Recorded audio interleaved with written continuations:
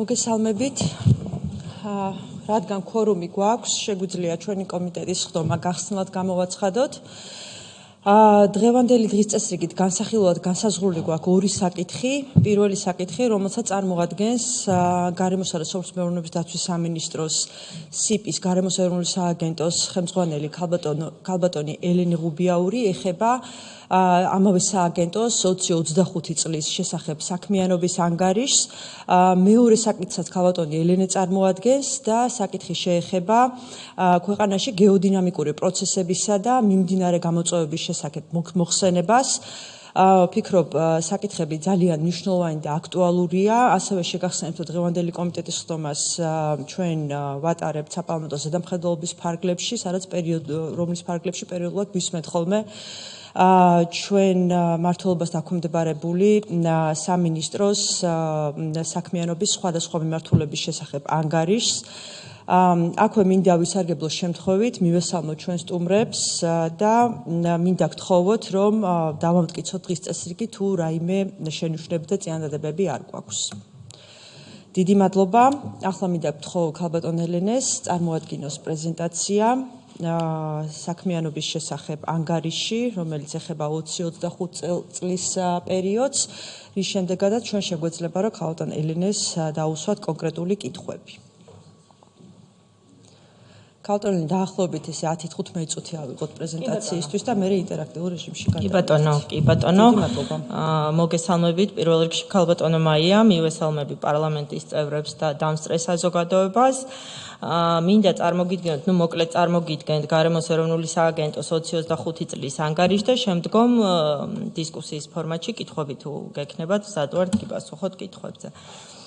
პირველ რიგში რაც მინდა აღვნიშნო არის ის, რომ 2025 წელს საკმაოდ მნიშვნელოვანი ცვლილებები განხორციელდა გარემოს ეროვნული სააგენტოს სტრუქტურაში, ისევე როგორც ფუნქციებში.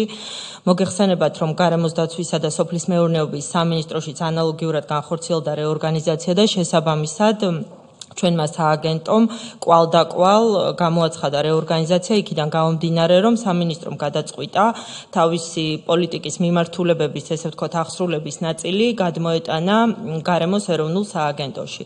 კონკრეტულად რომ ვისაუბროთ, გარემოს ეროვნული სააგენტოს ძირითადი ფუნქცია მოგეხსენებათ, რომ არის ბუნებრივი საფრთხეების იდენტიფიცირება, მონიტორინგი, შესაბამისი, ესე ვთქვათ, რეკომენდაციების შემუშავება სახელმწიფო და მუნიციპალურ დონეზე, ამავდროულად გარემოს დაცვითი ნებართვების გაცემა, საზღვაო მიმართულებით, აკვაკულტურის და ესე ვთქვათ, ბიომრავალფეროვნების მიმართულებით გარკვეული ღონისძიებები, თუმცა რეფორმის და რეორგანიზაციის ფარგლებში დაგვემატა მთელი რიგი ახალი ფუნქციებისა. მათ შორის, ესე ვთქვათ, პირველი ერთ-ერთი ძირითადი რეორგანიზაცია, რაც განხორციელდა რეორგანიზაციის მიმართულებით იყო, რომ ჰიდრომეტეოროლოგიის დეპარტამენტი, რომელიც ისტორიულად ადრე ცალკე უწყებასაც წარმოადგენდა და ბოლოს, ესე ვთქვათ, ერთი ქოლგის ქვეშ საქმიანობდა როგორც ჰიდრო, ასევე მეტეოროლოგიური მიმართულებით, გაიყო 3 დეპარტამენტად, გახდა მეტეოროლოგიის დეპარტამენტი, ჰიდროლოგიის დეპარტამენტი და ჰიდრომეტეოროლოგიური, ესე ვთქვათ, სადამკვირვებლო და თანამედროვე ტექნოლოგიების დეპარტამენტად, რომელიც ჩვენ მოგცემს საშუალებას, რომ ესე ვთქვათ, ცალკეულ მიმართულებებს კიდევ უფრო ორგანიზებულად და ეფექტურად მივადევნოთ თვალი. ამავდროულად გეოლოგიური მიმართულებით გარდა საფრთხეების პროგნოზირების და იდენტიფიცირებისა, აქაც დაგვემატა ახალი სამმართველო, როგორც არის გეოლოგიური პროცესების თანამედროვე ტექნოლოგიური კვლევების სამმართველო, სადაც თანამედროვე ტექნოლოგიების მეშვეობით კიდევ უფრო გაძლიერდა სადამკვირვებლო ქსელი და ესე ვთქვათ, მიღებული მონაცემების ინტეგრირება მოხდება ერთიან ბაზაში. სამინისტროდან გადმოეცა სააგენტოს, ესე ვთქვათ, ავტომობილების გაფრქვევების სტანდარტებთან შესაბამისობის დასკვნების მომზადება და ნებართვების გაცემა, ესე ვთქვათ, ევრო 5 სტანდარტებთან შესაბამისობა, რომელიც მთავრობის 238 დადგენილებით სავალდებულოდ არის ამოქმედებული საქართველოში, შესაბამისად სააგენტოს მიერ მომზადებული დასკვნის და თანხმობის საფუძველზე შემდგომ უკვე შესესეს მომსახურების სააგენტო არეგისტრირებს ამა თუ იმ სატრანსპორტო საშუალებებს. ამავდროულად გადმოცემული იქნა სააგენტოში გადაშენების საფრთხის წინაშე მყოფი ველური ფლორისა და ფაუნის საერთაშორისო ვაჭრობის შესახებ კონვენციით განსაზღვრული სახეობების ვაჭრობისთვის, ექსპორტისთვის, იმპორტისთვის და ესე ვთქვათ მოძრაობისთვის ნებართვის გაცემა, ესე ვთქვათ CITES-ის ნებართვები ეწოდება ამას. ამავდროულად სააგენტოში გადმოვიდა ნარჩენების მართვის გეგმების შეთანხმება და მთელი რიგი სხვა ფუნქციები, რომელშიც შემდგომ უკვე დეტალურად ჩავალ. შედეგად სააგენტოს ხელმძღვანელს ყავდა 3 მოადგილე და განხორციელებული რეფორმების და რეორგანიზაციის ფარგლებში ჰიდრომეტეოროლოგიის მიმართულებით დაემატა ახალი მოადგილე, რომელიც კურირებას გაუწევს მხოლოდ ჰიდრომეტეოროლოგიის მიმართულებას იმ მნიშვნელოვანი რეფორმებიდან გამომდინარე, რომელიც სააგენტოში მიმდინარეობს და 2026 წელსაც აქტიურად გაგრძელდება. იმავდროულად სააგენტოში დაიწყო აქტიური მუშაობა გარემოს დაცვის და სოფლის მეურნეობის სამინისტროსთან ერთად გარემოს დაცვის სფეროში არსებული ავტორიზაციის გაცემის მიმართულებით ერთი სარკმლის პრინციპის დანერგვისთვის. კერძოდ ეს გულისხმობს ელექტრონული ერთიანი პლატფორმის შექმნასაც, სადაც განაცხადების შემოტანის საშუალება იქნება შესაძლებელი როგორც ელექტრონულად, ასევე ერთი უწყების მიერ მოხდება ყველა იმ საჭირო თანხმობის და ნებართვის გაცემა, რომელიც ესე ვთქვათ ავტორიზაციისთვის არის საჭირო. აქ ბუნებრივია არ ითვლება სხვადასხვა სახელმწიფო უწყებები, რომელთაც ნებართვების გაცემის პროცესში მოსაზრებისთვის თუ თანხმობისთვის სააგენტო უგზავნის განაცხადებს. ამავდროულად, როგორც ვიცით, კანონები მიღებული არის წყლის რესურსების მართვის შესახებ, ისევე როგორც სამრეწველო ემისიების შესახებ და სააგენტო იქიდან გამომდინარე, რომ 1 სექტემბრის მდგომარეობით უკვე ფუნქციური უნდა გახდეს და ესე ვთქვათ, უნდა შეუდგეს რიგი ვალდებულებების შესრულებას, გეგმავს, რომ 2026 წლისთვის უკვე გაჩნდეს სააგენტოში წყლის რესურსების მართვის დეპარტამენტი, ისევე როგორც სამრეწველო ემისიების დეპარტამენტი. ამავდროულად შემოდის ლიცენზიების და ნებართვების დეპარტამენტში წყალსარგებლობის ნებართვების სამმართველო, რომელიც უზრუნველყოფს ზედაპირული წყლის ობიექტებიდან წყალაღების და წყალჩაშვების, ესე ვთქვათ, ნებართვების გაცემას.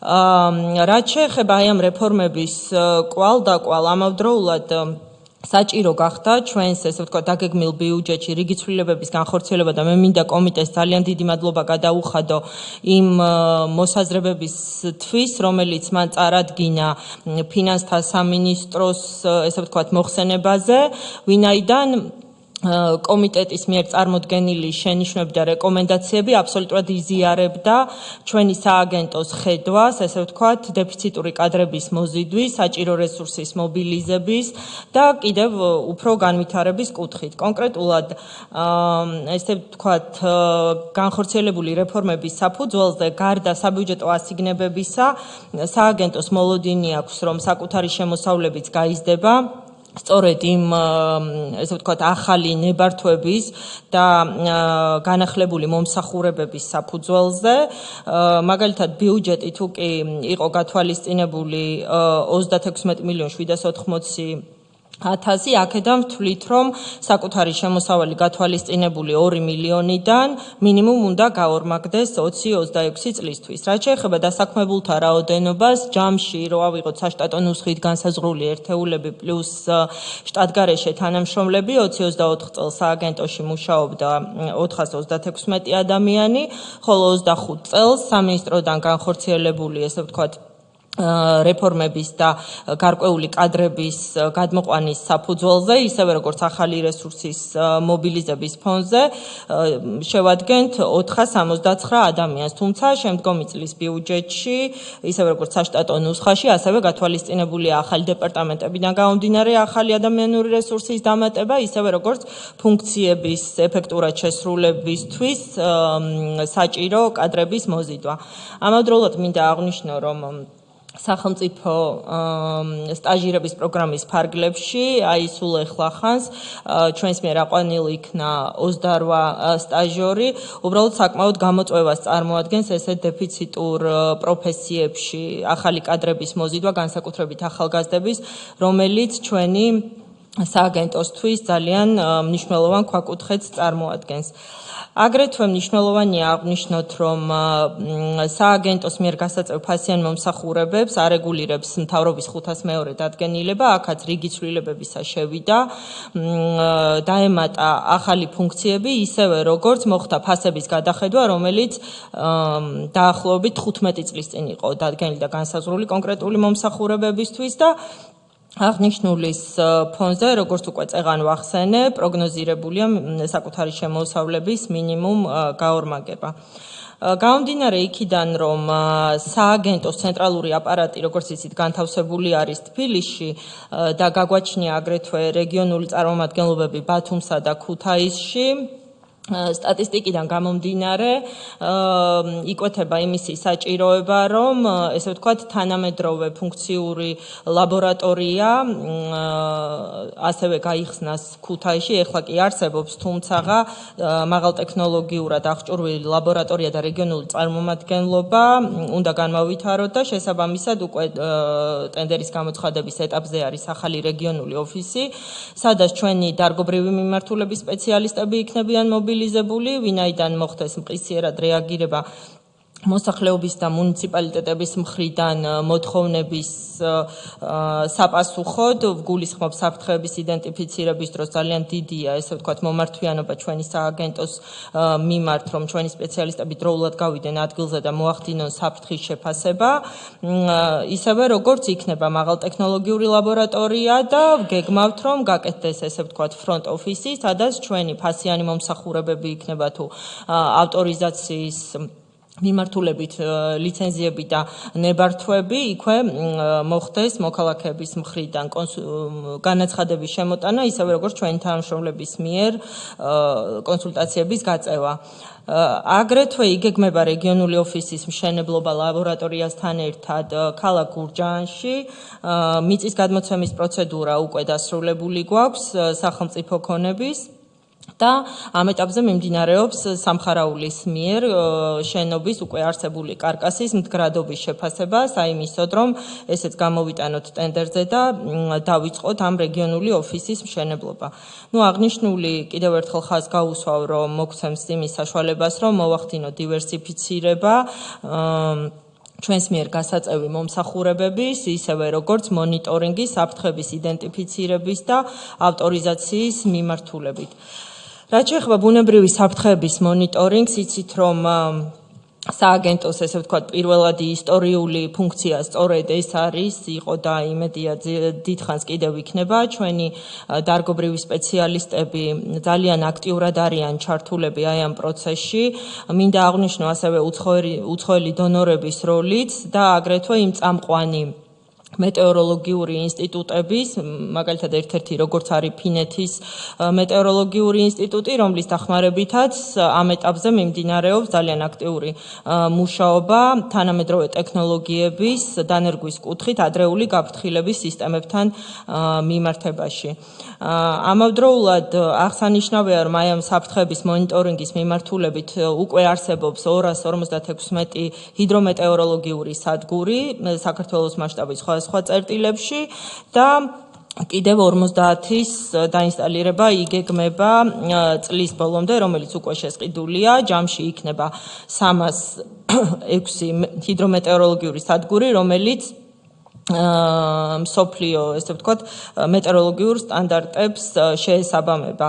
გაგვაჩნია ასევე 2 მეტეოროლოგიური რადარი, სიახლეს წარმოადგენს ერთი აეროლოგიური სადგური, რომელიც ფოთშია განთავსებული და მახსოვს მე პარლამენტს, როდესაც ვიზიტი ჰქონდა რამოდენიმე თვის წინ, ჰქონდა შესაძლებლობა იქ ვიზიტის, ანუ აი ამ აეროლოგიური სადგურის მეშვეობით, ზონდების საშუალებით ხდება კიდევ უფრო დეტალური დაკვირვება, რაც ხელს უწყობს და აუმჯობესებს პროგნოზირებას, ესე ვთქვათ, მოსალოდნელი ატმოსფერული მოვლენების იდენტიფიცირებისთვის.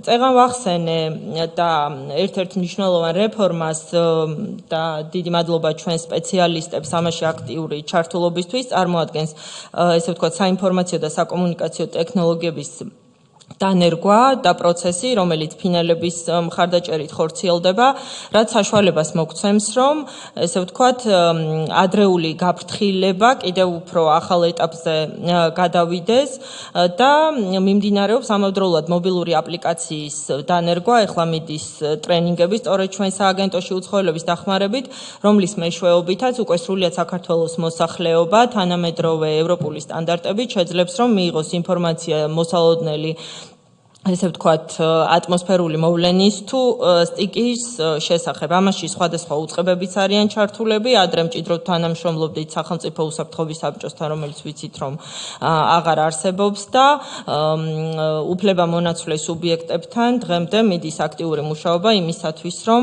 საომავლოდ კოორდინირებულად მოხდეს, ესე ვთქვათ, გარკვეული ქმედებების დანერგვა იმისათვის, რომ ეს ადრეული გაფრთხილების სისტემა იყოს ეფექტური მოსახლეობის უსაფრთხოების უზრუნველყოფის მიზნით.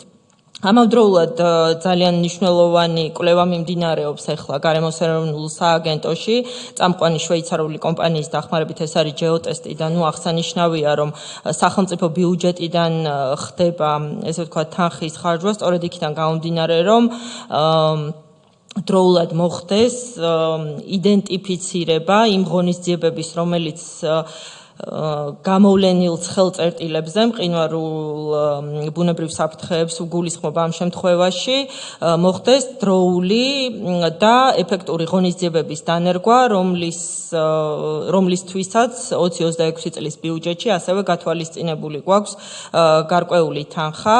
კვლევა უნდა დასრულდეს წლის ბოლომდე, პირველადი შედეგები უკვე გაგვაცნეს შვეიცარელებმა და აი ამ იდენტიფიცირებულ 7 ცხელწერტილზე საქართველოს მასშტაბით მოხდება კონკრეტული ღონისძიებების გატარება იმისთვის, რომ შერბილებული იქნას მოსალოდნელი საფრთხეები.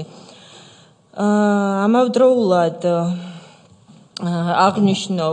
მინდა აღნიშნო გეოლოგიური მონიტორინგი, დღეის მდგომარეობით 18 მეწყრულ უბანზე არის განთავსებული მონიტორინგის სისტემები და აქედან 11 არის ინტეგრირებული თანამედროვე ერთიან სერვერულ პლატფორმაზე, თუმცა ამ ეტაპზე მიმდინარეობს კიდევ დამატებით 11 მეწყრულ უბანზე მონტაჟის სამუშაოები. აქვე აი შემდგომ მოხსენებაში კიდევ უფრო დეტალურად მოგახსენებთ ინფორმაციას, თუმცა ჩემდა სამწუხაროდ მინდა აღვნიშნოთ, რომ საკმაოდ გააქტიურებულია გეოდინამიკური პროცესები ჩვენს რეგიონში, რომელიც ესე ვთქვათ, პროგნოზირებას ზოგ შემთხვევაში შეუძლებელსაც ხდის თუ რამდენწლიანი განმეორებადობით შეიძლება ველოდოთ რაიმე საფრთხეს. აქ მცირე სტატისტიკა არის მოცემული იმასთან დაკავშირებით, თუ ჩვენი სპეციალისტები რა მოცულობის და მასშტაბის, ესე ვთქვათ, მონიტორინგის სამუშაოებს ახორციელებენ თითოეული ოჯახის შესაფასებლად, რომლებიც კი რისკის ზონაში არიან განთავსებულები, ესე იგი ყოველდღიურ რეჟიმში შემოდის ათობით, ასობით ზარი, ზოგი მოსახლის მხრიდან, ზოგი მუნიციპალიტეტის მხრიდან და ჩვენები, მიუხედავად იმისა, რომ დასავლეთში გვაქვს წარმომადგენლობა, აბსოლუტურად თბილისიდან მყისიერად ისე რომ ერთი წამი არ ფიქრობენ თავიანთ სიცოცხლეზე და ჯანმრთელობაზე, იქ მოსალოდნელი მეწყრული უბანია თუ რაიმე სხვა პროცესი მიდიან, ადგილზე აფასებენ და უკვე შემდგომ იძლევიან და აძლევენ რეკომენდაციებს მუნიციპალიტეტებს და მოსახლეობას შემდგომი ნაბიჯების თაობაზე. სწორედაც რომ აი ჩვენი სპეციალისტების აქტიური ჩართულობის საფუძველზე საკმაოდ ბევრი ოჯახი გადაყვანილ იქნა, ესე ვთქვათ, უფრო მდგრად უბნებზე და ჩვენ და სამწუხაროდ მრავლობიც მიენიჭა, ესე ვთქვათ, ეკომიგრანტის სტატუსი. გეოლოგიური მონიტორინგის მიმართულებით მინდა აღვნიშნო ასევე ინსარის ტექნოლოგია, რომელიც ახლახანს დაინერგა სააგენტოში. ამ შემთხვევაში ინსარის ტექნოლოგია გულისხმობს სატელიტური გამოსახულების, ესე ვთქვათ, დადარება, სატელიტის მხრიდან ხდება ამ მეწყრული უბნების და პროცესების დინამიკაში დაკვირვება და ხდება დადარება საველე სამუშაოების საფუძველზე და ჩვენი სპეციალისტების ველზე დაკვირვებების საფუძველზე იდენტიფიცირებულ შედეგებთან, რომელიც უფრო ზუსტი, ესე ვთქვათ, მონაცემების და პროგნოზების გაკეთების საშუალებას იძლევა. სააგენტო ამავდროულად იმისთვის, რომ დროულად მოხდეს, ესე ვთქვათ, წყლის რესურსების მართვის კანონით გათვალისწინებული ვალდებულებების შესრულება და ეფექტურად მიუყვეთ ფეხ-და-ფეხ წყლის ჩარჩო დირექტივას, ახორციელებს მიწისქვეშა და ზედაპირული წყლების მონიტორინგს, ხდება როგორც ფიზიკურ-ქიმიური მონიტორინგი, ასევე ბიოლოგიური მონიტორინგი, ზღვის მიმართულებითაც ესე ვთქვათ, არა, ჯერ ვიტყვი ბიოლოგიურ მონიტორინგს რაც შეეხება, ეს მნიშვნელოვანი არის ეს ღონისძიება იმისათვის, რომ წყლის რესურსების მართვის კანონით გათვალისწინებული, ესე ვთქვათ, ეკოლოგიური სტატუსის მინიჭება მოხდეს სხვადასხვა აუზებზე. პირველ ეტაპზე შერჩეული იქნა ჭოროხი-აჭარის წყლის აუზი, რომელიც საპილოტოდ განხორციელდა და შემდგომში უკვე ნელ-ნელა სხვადასხვა აუზებზეც გადავალთ იმისათვის, რომ შევასრულოთ ასოცირებით აღებული ვალდებულებები. რაც შეეხება შავი ზღვის შემოწმებას, ამ მიმართულებითაც ჩვენი ზღვის და ესე ვთქვათ წყლის ბიომრავალფეროვნების დეპარტამენტი ახორციელებს მუდმივ მონიტორინგს, ხდება 14 წერტილში მუდმივად დაკვირვება, აქაც განისაზღვრება ესე ვთქვათ, წყლის პარამეტრები, ამავდროულად სააგენტო ყოველწლიურად ქირაობს გემს და ხდება შეფასება, ესე ვთქვათ, სარეწაო სახეობების, ვადგენთ კვოტებს, მაგალითად, ყველაზე მოპოვებადი რესურსი ჩვენ შავ ზღვაში არის ქაფშია, წელს განისაზღვრა 65,000 ტონა კვოტა და ყავს რამოდენიმე ძალიან მსხვილი ლიცენზიანტი. ამავდროულად სააგენტო ახორციელებს ასევე მონიტორინგს ატმოსფერული ჰაერის ხარისხის მიმართულებით. ჩვენს ლაბორატორიაში ხდება, ესე ვთქვათ, სინჯების მიტანა და შემოწმება. დღეის მდგომარეობით გაგვაჩნია 15 ავტომატური და 3 მოძრავი სადგური და დაგეგმილია, რომ შემდეგ წელს კიდევ 10 სადგური დამონტაჟდება და ჯამში გვექნება 28 სადგური, რომელიც ფარავს მთელ საქართველოს და მოგცემს საშუალებას საიმისოდ, რომ სრულიად საქართველოს მასშტაბით მუდმივად ვიყოთ ინფორმირებული ჰაერის ხარისხთან დაკავშირებით. ეხლა ბევრმა არ იცის და კითხვა შემოდის ხოლმე, რომ სად შეიძლება ნახონ ეს მონაცემები. არსებობს ცალკე ვებგვერდი air.gov.g, სადაც თქვენ დაინახავთ ესე ვთქვათ, ქსელს, მოწყობილ ქსელს და 24 საათიან რეჟიმში ხდება ჰაერის ხარისხზე დაკვირვება და საათობრივი მონაცემები, ესე ვთქვათ, იტვირთება ბაზაში. ამ ეტაპისთვის ეს ჰაერის სადგურები განთავსებული არის რუსთავი, ბათუმი, ქუთაისი, ზუგდიდი, მესტია და შემდეგ წელს, როგორც უკვე გითხარით, 10 სხვადასხვა ადგილი არის უკვე იდენტიფიცირებული და ქსელი შეივსება 28 სადგურამდე.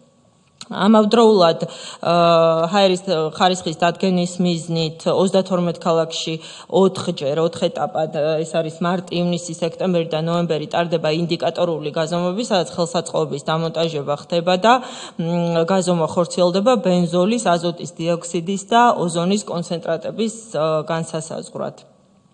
ეს უბრალოდ სტატისტიკა არის მოცემული თუ წლის ჭრილში რამდენი ანალიზი განხორციელდა მიწისქვეშა წყლების, ზედაპირული წყლების, ნიადაგის და ატმოსფერული ჰაერის შემოწმების მიმართულებით და წეღა როგორც ვახსენე, ბათუმის ლაბორატორია, სადაც სულ ცოტა ხნის წინ გვსტუმრობდა ჩვენი სამინისტროს ხელმძღვანელობაც, აღჭურვილი არის მაღალტექნოლოგიური და ულტრათანამედროვე ხელსაწყოებით, რომელიც ხელშეუწყობს სწორედ იმ ვალდებულებების შესრულებას, რომელიც, ესე ვთქვათ, ევროპასთან დაახლოების ჭრილში დირექტივებით და მისგან გამომდინარე კანონმდებლობებით გვაქვს აღებული. ამავდროულად სააგენტოში არსებობს, ესე ვთქვათ, გარემოსთვის მიყენებული მნიშვნელოვანი ზიანის გამოსასწორებელი ღონისძიებების მიმართულებით დეპარტამენტი, სახელიც ესე ერქვა ადრე, თუმცა რეორგანიზაციის შედეგად გადავარქვით და დავარქვით გარემოსდაცვითი პასუხისგებლობის დეპარტამენტი, რომელიც გულისხმობს, რომ გარემოს მიმართებით დამრღვევების მიერ ხდება შემდგომ უკვე სააგენტოში შემოსვლა აღდგენის ღონისძიებების და გეგმების, რომელსაც სააგენტო ითანხმებს, რის საფუძველზე შემდგომ გარემო უნდა დაუბრუნდეს ამ პირველ მდგომარეობას, ან საქმიანობის განმახორციელებელმა უნდა შეასრულოს მთელი რიგი ღონისძიებებისა იმისთვის, რომ მიყენებული ზიანის კომპენსირება მოახდინოს. ეხლა რომ გადავიდეთ გარემოსდაცვითი ნებართვების სტატისტიკაზე, ნუ აქ აწლიანი ჭრილი არის მოცემული, აქ არის სკრინინგის გადაწყვეტილებების, სკოპინგის დასკვნები და გარემოსდაცვითი გადაწყვეტილებები, რამდენი იყო განაცხადი შემოსული და რამდენი გადაწყვეტილება გაიცა. წელს კოდექსში განხორციელდა მთელი რიგი ცვლილებებისა, რომელიც ჩვენ ვთვლით, რომ კიდევ უფრო მეგობრულ გარემოს თავაზობს, ესე ვთქვათ, საქმიანობის განმახორციელებლებს და უფრო, ესე ვთქვათ, განჭვრეტადი ხდება მათთვის ის დროის მონაკვეთები, რა დროშიც ისინი უნდა ელოდონ, ესე ვთქვათ, გადაწყვეტილების გაცემა სააგენტოს მხრიდან. დაზუსტდა დახარვეზების და საქმის წარმოების შეწყვეტის ვადები, ამავდროულად გაიზარდა მაგალითად 3 წლიდან 5 წლამდე სკოპინგის დასკვნის მოქმედების ვადა, ხოლო გარემოსდაცვითი გადაწყვეტილების მოქმედების ვადა გაიზარდა 5-დან 7 წლამდე. ზოგიერთ საქმიანობაში დადგინდა ზღვრები, საიმისოდ, რომ საქმიანობები ექვემდებოდა თუ არა გეზეშეს, ან რჩება თუ არა, ესე ვთქვათ, სკრინინგის პროცედურის ქვეშ.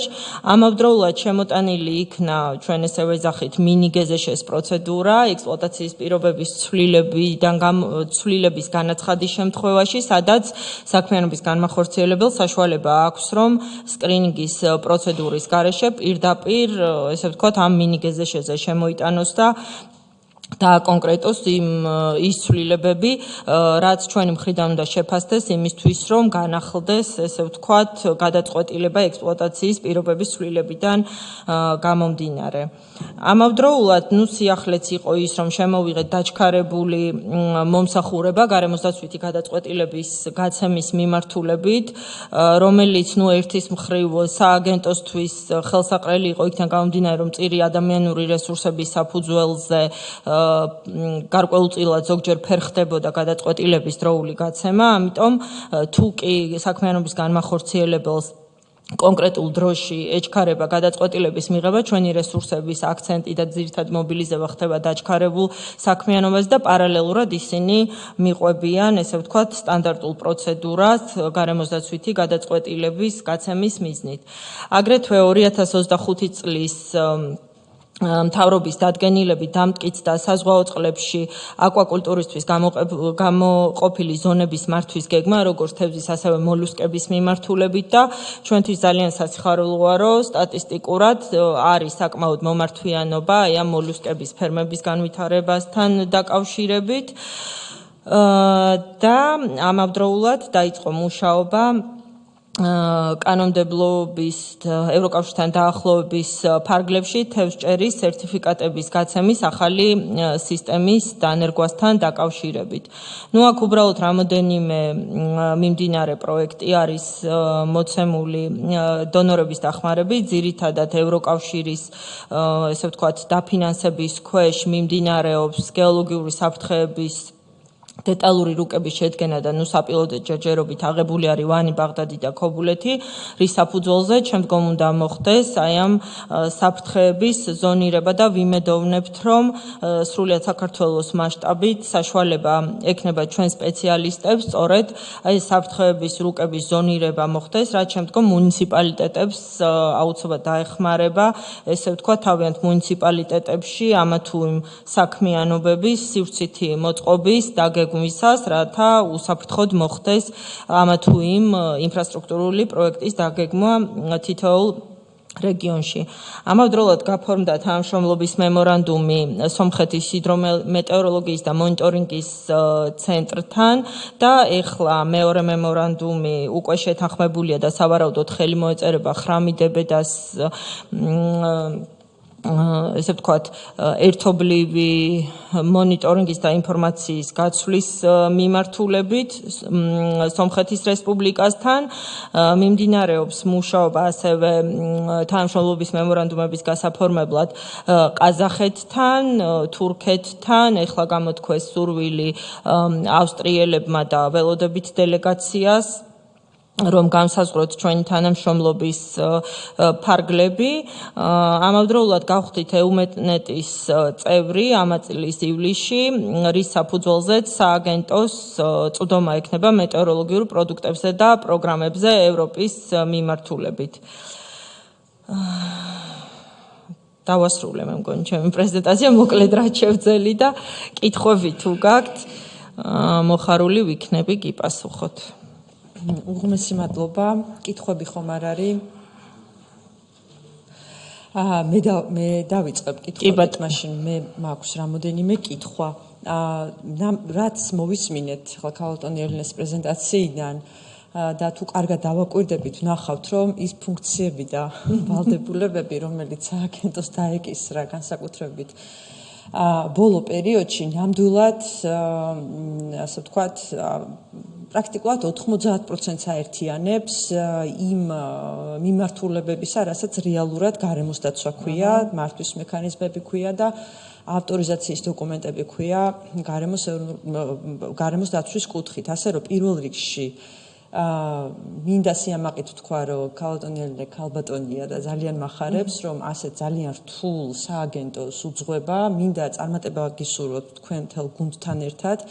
იმიტომ რომ ჩემთვის იმ ადამიანისთვის, რომლისთვისაც სფერო შორს არ არის, ნამდვილად კარგად ახმადია და გასაგებია თუ რა მასშტაბის სამუშაოს ახორციელებს სააგენტო, იმის პარალელურად, რომ სააგენტოს უმთავრესი ფუნქცია უნდა იყოს კვლევები და არის კიდევაც კვლევები, დაგეგმვა, მონიტორინგი და მათ შორის აი ესეთი მნიშვნელოვანი დოკუმენტებზე მუშაობა, რასაც საფრთხეების რუკები ქვია, რაც ნამდვილად ძალიან მნიშვნელოვანია და თუნდაც ერთი პატარა მაგალითი მინდა მოვიყვანო, ის რაც ახლა მთელი საქართველოსთვის კეთდება, დედაქალაქისთვის პრაქტიკულად გაკეთებულია და დატანილია კიდევაც თბილისის რუქაზე, რამაც ბოლო წლების განმავლობაში ბევრად ეფექტიანი გახადა ინფორმაციის მოპოვება დედაქალაქში არსებულ საფრთხეების რუკებთან დაკავშირებით, რა თავისთავად ბუნებრივია გულისხმობს იმას, რომ მშენებლობის ნებართვის გაცემისა თუ სივრცითი მოწყობის დოკუმენტის და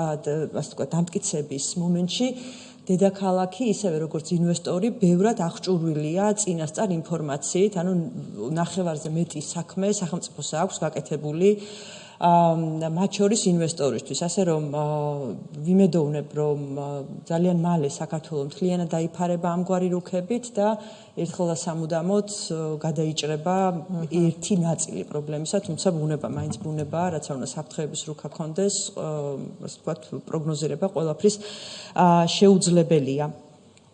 და ამასთან დაკავშირებით მაკითხვა, რომ დაახლოებით რამდენ ხანში ფიქრობთ, რომ თან დონორებისგან არის დახმარება, როგორც ვიცი და აქაც რაღაც პროცესი, ასე ვთქვათ, მიმდინარეობს, რამდენ ხანში ელოდებით დაახლოებით, რომ საფრთხის რუკები იქნება მზად. შემდგომი კითხვა მექნება დაჩქარებულთან დაკავშირებით, ამ ჩქარებული მომსახურეობის შემოღების შემდგომ რამდენად ხშირია, როდესაც დაჩქარებულ მომსახურეობაზე მოგმართავენ, ბიუჯეტთან დაკავშირებით ნამდვილად ჩვენი კომიტეტის, ასე ვთქვათ, ძალიან მკაცრი მოთხოვნა იყო ძალიან დიდი და რამდენად არის პროცესში გათვალისწინება თქვენი საჭიროებების, იმიტომ რომ ნამდვილად თქვენი რესურსის გაძლიერების გარეშე, როგორც ადამიანური, ასევე ფინანსური, გაჭირდება ყველა იმ ძალიან დიდი ამოცანების შესრულება, რაც ნამდვილად მასშტაბში არის ძალიან გაზრდილი. ჰაერის ხარისხთან დაკავშირებით ეს ქსელი ძალიან მნიშვნელოვანია, რომ ივსება, ყველას კარგად უნდა გვახსოვდეს, რომ პრაქტიკულად სამინისტროს ნულიდან აქვს დაწყებული ჰაერის მონიტორინგის ქსელის შექმნა. შესაბამისად უმნიშვნელოვანესია ერთი ამ ქსელის შეკვრა, ხოლო მეორე ამ ჰაერის მონიტორინგის შედეგად გამოვლენილი შედეგების უკვე ავტორიზაციის დოკუმენტების ასახვა. აი ეს მაინტერესებს, როგორია თქვენი ხე, მე მესმის, რომ ეს უცებ ამის ასახვა ძალიან რთული იქნება, ისე როგორც ხა კლიმატის ცვლილებაზე აღარ გადავალ, მაგრამ ანუ თქვენი ხედვა როგორი არის? აი ამ შედეგების მიხედვით, ჩვენ ზედამხედველობასაც დავუსვით იგივე კითხვა, ანუ გამოვლენილი შედეგების მიხედვით, განსახორციელებელი ღონისძიებები, თუნდაც მუნიციპალიტეტებს რჩევები და უშუალოდ გამწვანებასთან დაკავშირებით, ან ტრანსპორტის ჩანაცვლებასთან დაკავშირებით, ან თვითონ სამინისტრო როდესაც გასცემს გარემოზე მოქმედების შეფასებას, იქ ამ საკითხების გათვალისწინება, ან ჰაერის დაცვის დოკუმენტების განხილვის დროს, ამ კუთხით როგორია თქვენი ხედვა, როგორ უნდა გაუმჯობესდეს სიტუაცია? შემდგომი კიდე ორი ძალიან მნიშვნელოვანი ფუნქცია აუმოქმედდება, ასე ვთქვათ, სააგენტოს, ეს არის წყლის კანონიდან გამომდინარე და ემისიების კანონიდან გამომდინარე, რომლებიც ასევე თვითონ ძალიან მასშტაბური საკითხებია, ამ კუთხით როგორ მიმდინარეობს მზადება, ქალბატონო ელენე. და კიდე მაქვს ორი საკითხი, მაშინ როდესაც მთელი ავტორიზაციის და ასე ვთქვათ, პრაქტიკული გადაწყვეტილების მიღების ფუნქციები არის გადმოსული სააგენტოში და სამინისტროში, იმავდროულად შეიქმნა პოლიტიკის დეპარტამენტები.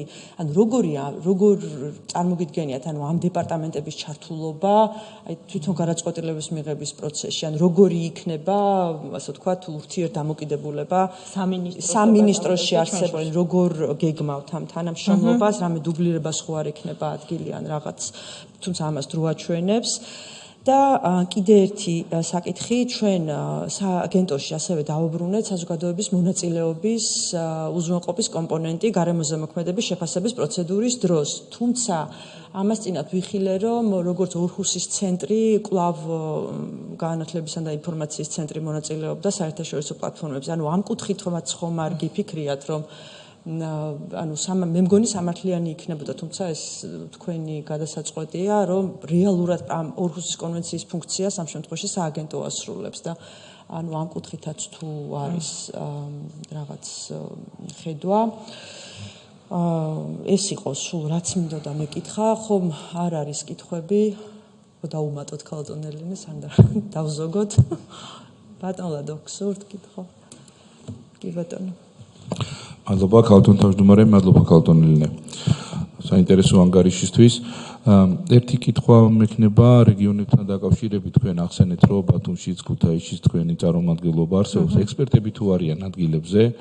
თქვენ ბრძანეთ, რომ ძირითადად თბილისიდან მიდიან ექსპერტები, როცა არ მოქალაქეები გთხოვენ ან მუნიციპალიტეტები და მაშინ სამუშაო შეხვედრაზე ჩვენ გქონდა ასეთი იდეა, რომ იქნება მუნიციპალიტეტებში და რაღაცა შტატი გაჩენილი იყო, სადაც თქვენი სპეციალისტები ან თქვენთან ერთად შერჩეული კადრები იქნებოდნენ, რომ რეაგირება ადგილზე მოხდარიყო, რამდენად არის ამის რესურსი, რომ რეგიონებში ყველა მუნიციპალიტეტი იქნება თუ რეგიონული ცენტრები, როგორც თქვენ ბრძანეთ, ადგილებზე ახლოს მოსახლეობასთან, ახლოს პრობლემებთან იყვნენ სპეციალისტები, რომ დროულად რეაგირება მოახდინონ. მადლობა.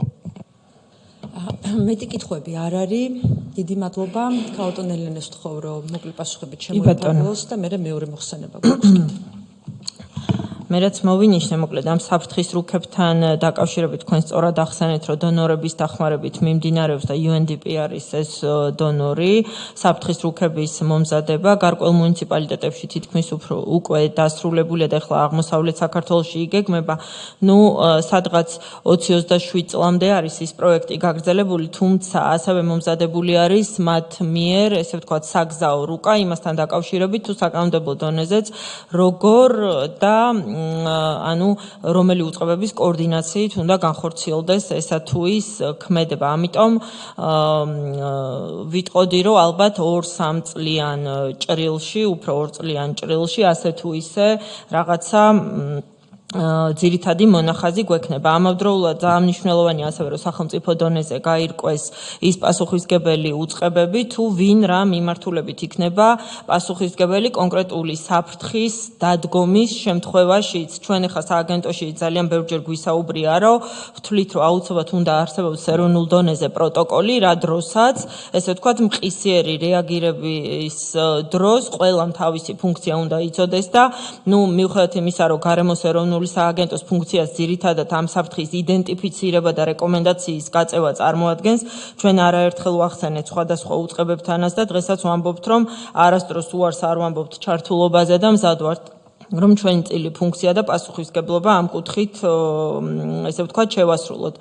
ამავდროულად მნიშვნელოვანია რომ აი თქვენ სწორად ახსენეთ თბილისს რაც შეეხება უკვე ზედება გაკეთებული არის აი იმ რუქაზე, სადაც ნებისმიერ შეუძლია დაინტერესებულ მხარეს დაინახოს თუ სად არის განსაკუთრებულად აქტიური ესე ვთქვათ ან მეწყერული უბანი ან გეოდინამიკური პროცესი მაღალი რისკის ზონას საწარმოადგენს საშუალოს და მცირეს მე ვახსენე წეღა რომ ეს ზონირების რუქების მომზადება ასევე მიმდინარეობს ჩვენი სპეციალისტების მიერ და ნუ გარდამავალ პერიოდში მთავრობის მიერ იქნა გადაწყვეტილება მიღებული რომ ამ საფრთხის რუქების შედგენილი საფრთხის რუქების გასაჯაროება და ესე ვთქვათ მესამე პირებზე გადაცემა მხოლოდ და მხოლოდ მთავრობის თანხმობის შემთხვევაში არის შესაძლებელი. კიდევ ერთხელ ვიმეორებ, მანამ სანამ არ მოხდება ესე ვთქვათ პროცესის დასრულება და ყველა ესე ვთქვათ რეგიონისთვის არ მომზადება ზონირების რუქა. ნამდვილად ძალიან მნიშვნელოვანია იმისთვის, რომ სწორად განვითარდნენ რეგიონები ინფრასტრუქტურულად და აი ავტორიზაციის გაცემის პროცესში გათვალისწინებული იყოს სწორედ ის საფრთხეები, რომელსაც ჩვენი სპეციალისტები აიდენტიფიცირებენ. ეხლა აქვე მინდა აღვნიშნო და ბატონი მერაბ გაფრინდაშვილის უგვამშვიდებს ხოლმე. თქვენ იცით რომ ყოველწლიურად სააგენტო გეოლოგიურ ბიულეტენს ამზადებს, სადაც მოცემული აბსოლუტურად მთელი საქართველოს მასშტაბით, ესე ვთქვათ, იდენტიფიცირებული რისკის ზონები და ამას ვაგზავნით ყველა მუნიციპალიტეტში, სამუშაო შეხვედრების დონეზეც ჩადიან ჩვენი სპეციალისტები და ესე ვთქვათ, მუნიციპალიტეტების ცნობიერების ამაღლებას ემსახურება ეს ყველაფერი და ესე ვთქვათ, ატრენინგებენ თუ რომელი წარმოადგენს რეალურ საფრთხეს და რომელი დაბალი რისკის შემცველი არის, იმიტომ რომ ხა რუქას რო დახედოთ, შეიძლება მართლა გული გაგისკდეთ. თუმცა ეს არ ნიშნავს იმას, რომ იქ რაიმე ინფრასტრუქტურის განვითარება არ შეიძლება, ერთადერთი აუცილებლად უნდა იყოს დაცული სამშენებლო სტანდარტები და ის უსაფრთხოების რეგლამენტები, რომელიც სახელმწიფოში არსებობს. რაც შეეხება ბიუჯეტში თქვენი შენიშვნების ნაწილს ჩვენ აი მართლა ძალიან მოხარული ვარ თქვენი მხარდაჭერის და აბსოლუტურად ერთ-ერთში ემთხვეოდა ჩვენს ხედვას, ჩვენ ავსახეთ აღნიშნული ბიუჯეტის პროექტში და ძალიან ვიმედოვნებთ, რომ ფინანსთა სამინისტროს გაითვალისწინებს, ესე ვთქვათ, იმ გამოწვევებს, რომელიც სააგენტოს რეალურად უდგას, თუმცა ჯერჯერობით ამაზე თანხმობა არ გვაქვს მოსული. რაც შეეხება ჰაერის ხარისხთან დაკავშირებით თქვენს კითხვა იყო, რომ როგორ ხედავთ ავტორიზაციის პროცესში აი იმ შედეგების ასახვას, ხო ესე არის, რასაც ჩვენი სპეციალისტები არა მხოლოდ ავტორიზაციის, უბრალოდ აი პრაქტიკაში რო ხსნათ, როცა მეტია, ანუ იქ რა უნდა გაკეთდეს, ხა თბილისისთვის და რუსთავისთვის ქონდა ჩვენ რაღაც გეგმები და სხვა ქალაქებთან მიმართებით, ან იგივე ამ ქალაქებთან მიმართებით. კი, ამ ქალაქებთან მიმართებითაც ხა მოდი თბილისის მაგალითზე ვისაუბრებ, იქ რუსთავთან დაკავშირებით კი ბატონო იყო კითხვები და ნუ ჩვენს მიერ გაზიარებული იქნა ჩვენი კვლევის შედეგები, თუმცა ამავდროულად მინდა ვახსენო, რომ გარემოზე ზედამხედველობის დეპარტამენტი საკმაოდ აქტიურად არის ჩართული, ესე ვთქვათ, ამა თუ იმ ობიექტების ინსპექტირებაზე, ჰაერის დაბინძურების მიმართულებით და რა ვთქვა, რომ სადმე კრიტიკული შეუსაბამობა გამოვლინდა ან თბილისში, ან რუსთავში, ან ნებისმიერ იმ ქალაქში, სადაც ჩვენი სადგურები არის განთავსებული, არ არის ეს ასე, თუმცა თბილისში კონკრეტულად რამოდენიმე უბანში შეიმჩნევა ხოლმე გადაჭარბება, ძირითადად რო დავაკვირდით, ეს არის იმ დატვირთულ უბნებზე, სადაც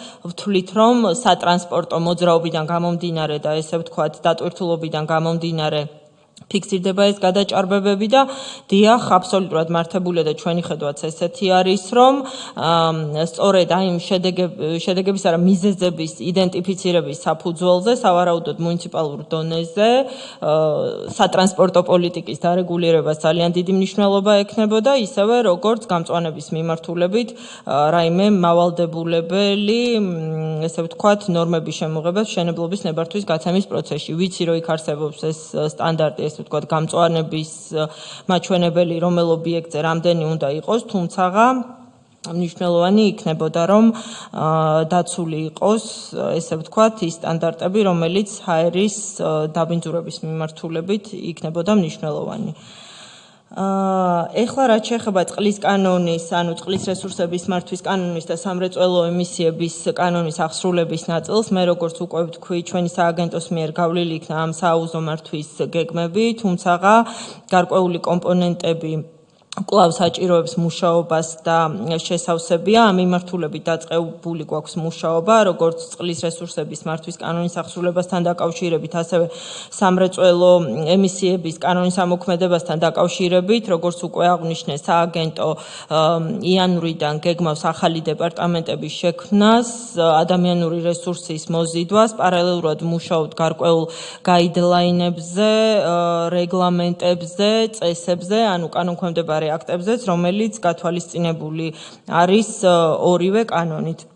კონკრეტული რაოდენობაც განსაზღვრული გვაქვს, ესე ვთქვათ, საშტატო ერთეულები, დაახლოებით 12 ადამიანი უნდა იყოს და როგორც ვიცი, განმარტებით ბარათშიც ესე იყო მოცემული წყლის რესურსების მართვის კანონის შემთხვევაში, ისევე როგორც სამრეწველო ემისიების დეპარტამენტში დაახლოებით ამდენივე ადამიანი არის განსაზღვრული და მიუხედავად იმისა, რომ გამოწვევას წარმოადგენს ნამდვილად აი ესეთი პროფესიონალი კადრების მოზიდვა, უკვე ვიწყებთ ამაზე მუშაობას და ჩვენი თანამშრომლები აქტიურად ჩასაფრებულები არიან, ესე ვთქვათ, ახალგაზრდებს, სტაჟიორებს დადიან უნივერსიტეტებში, გვაქვს კომუნიკაცია სხვადასხვა საგანმანათლებლო დაწესებულებებთან, რომ იქნებ ნელ-ნელა ეს კადრები გამოვზადოთ, რომლებმაც შემდგომში აი ეს მნიშვნელოვანი ფუნქციები უნდა განახორციელონ, რასაც ეს ორი კანონი გვავალდებულებს. ამავდროულად შემდეგი კითხვა მონიშნული მაქვს, ანუ აღსრულების ნაწილი პოლიტიკის განსაზღვრელთან მიმართებაში.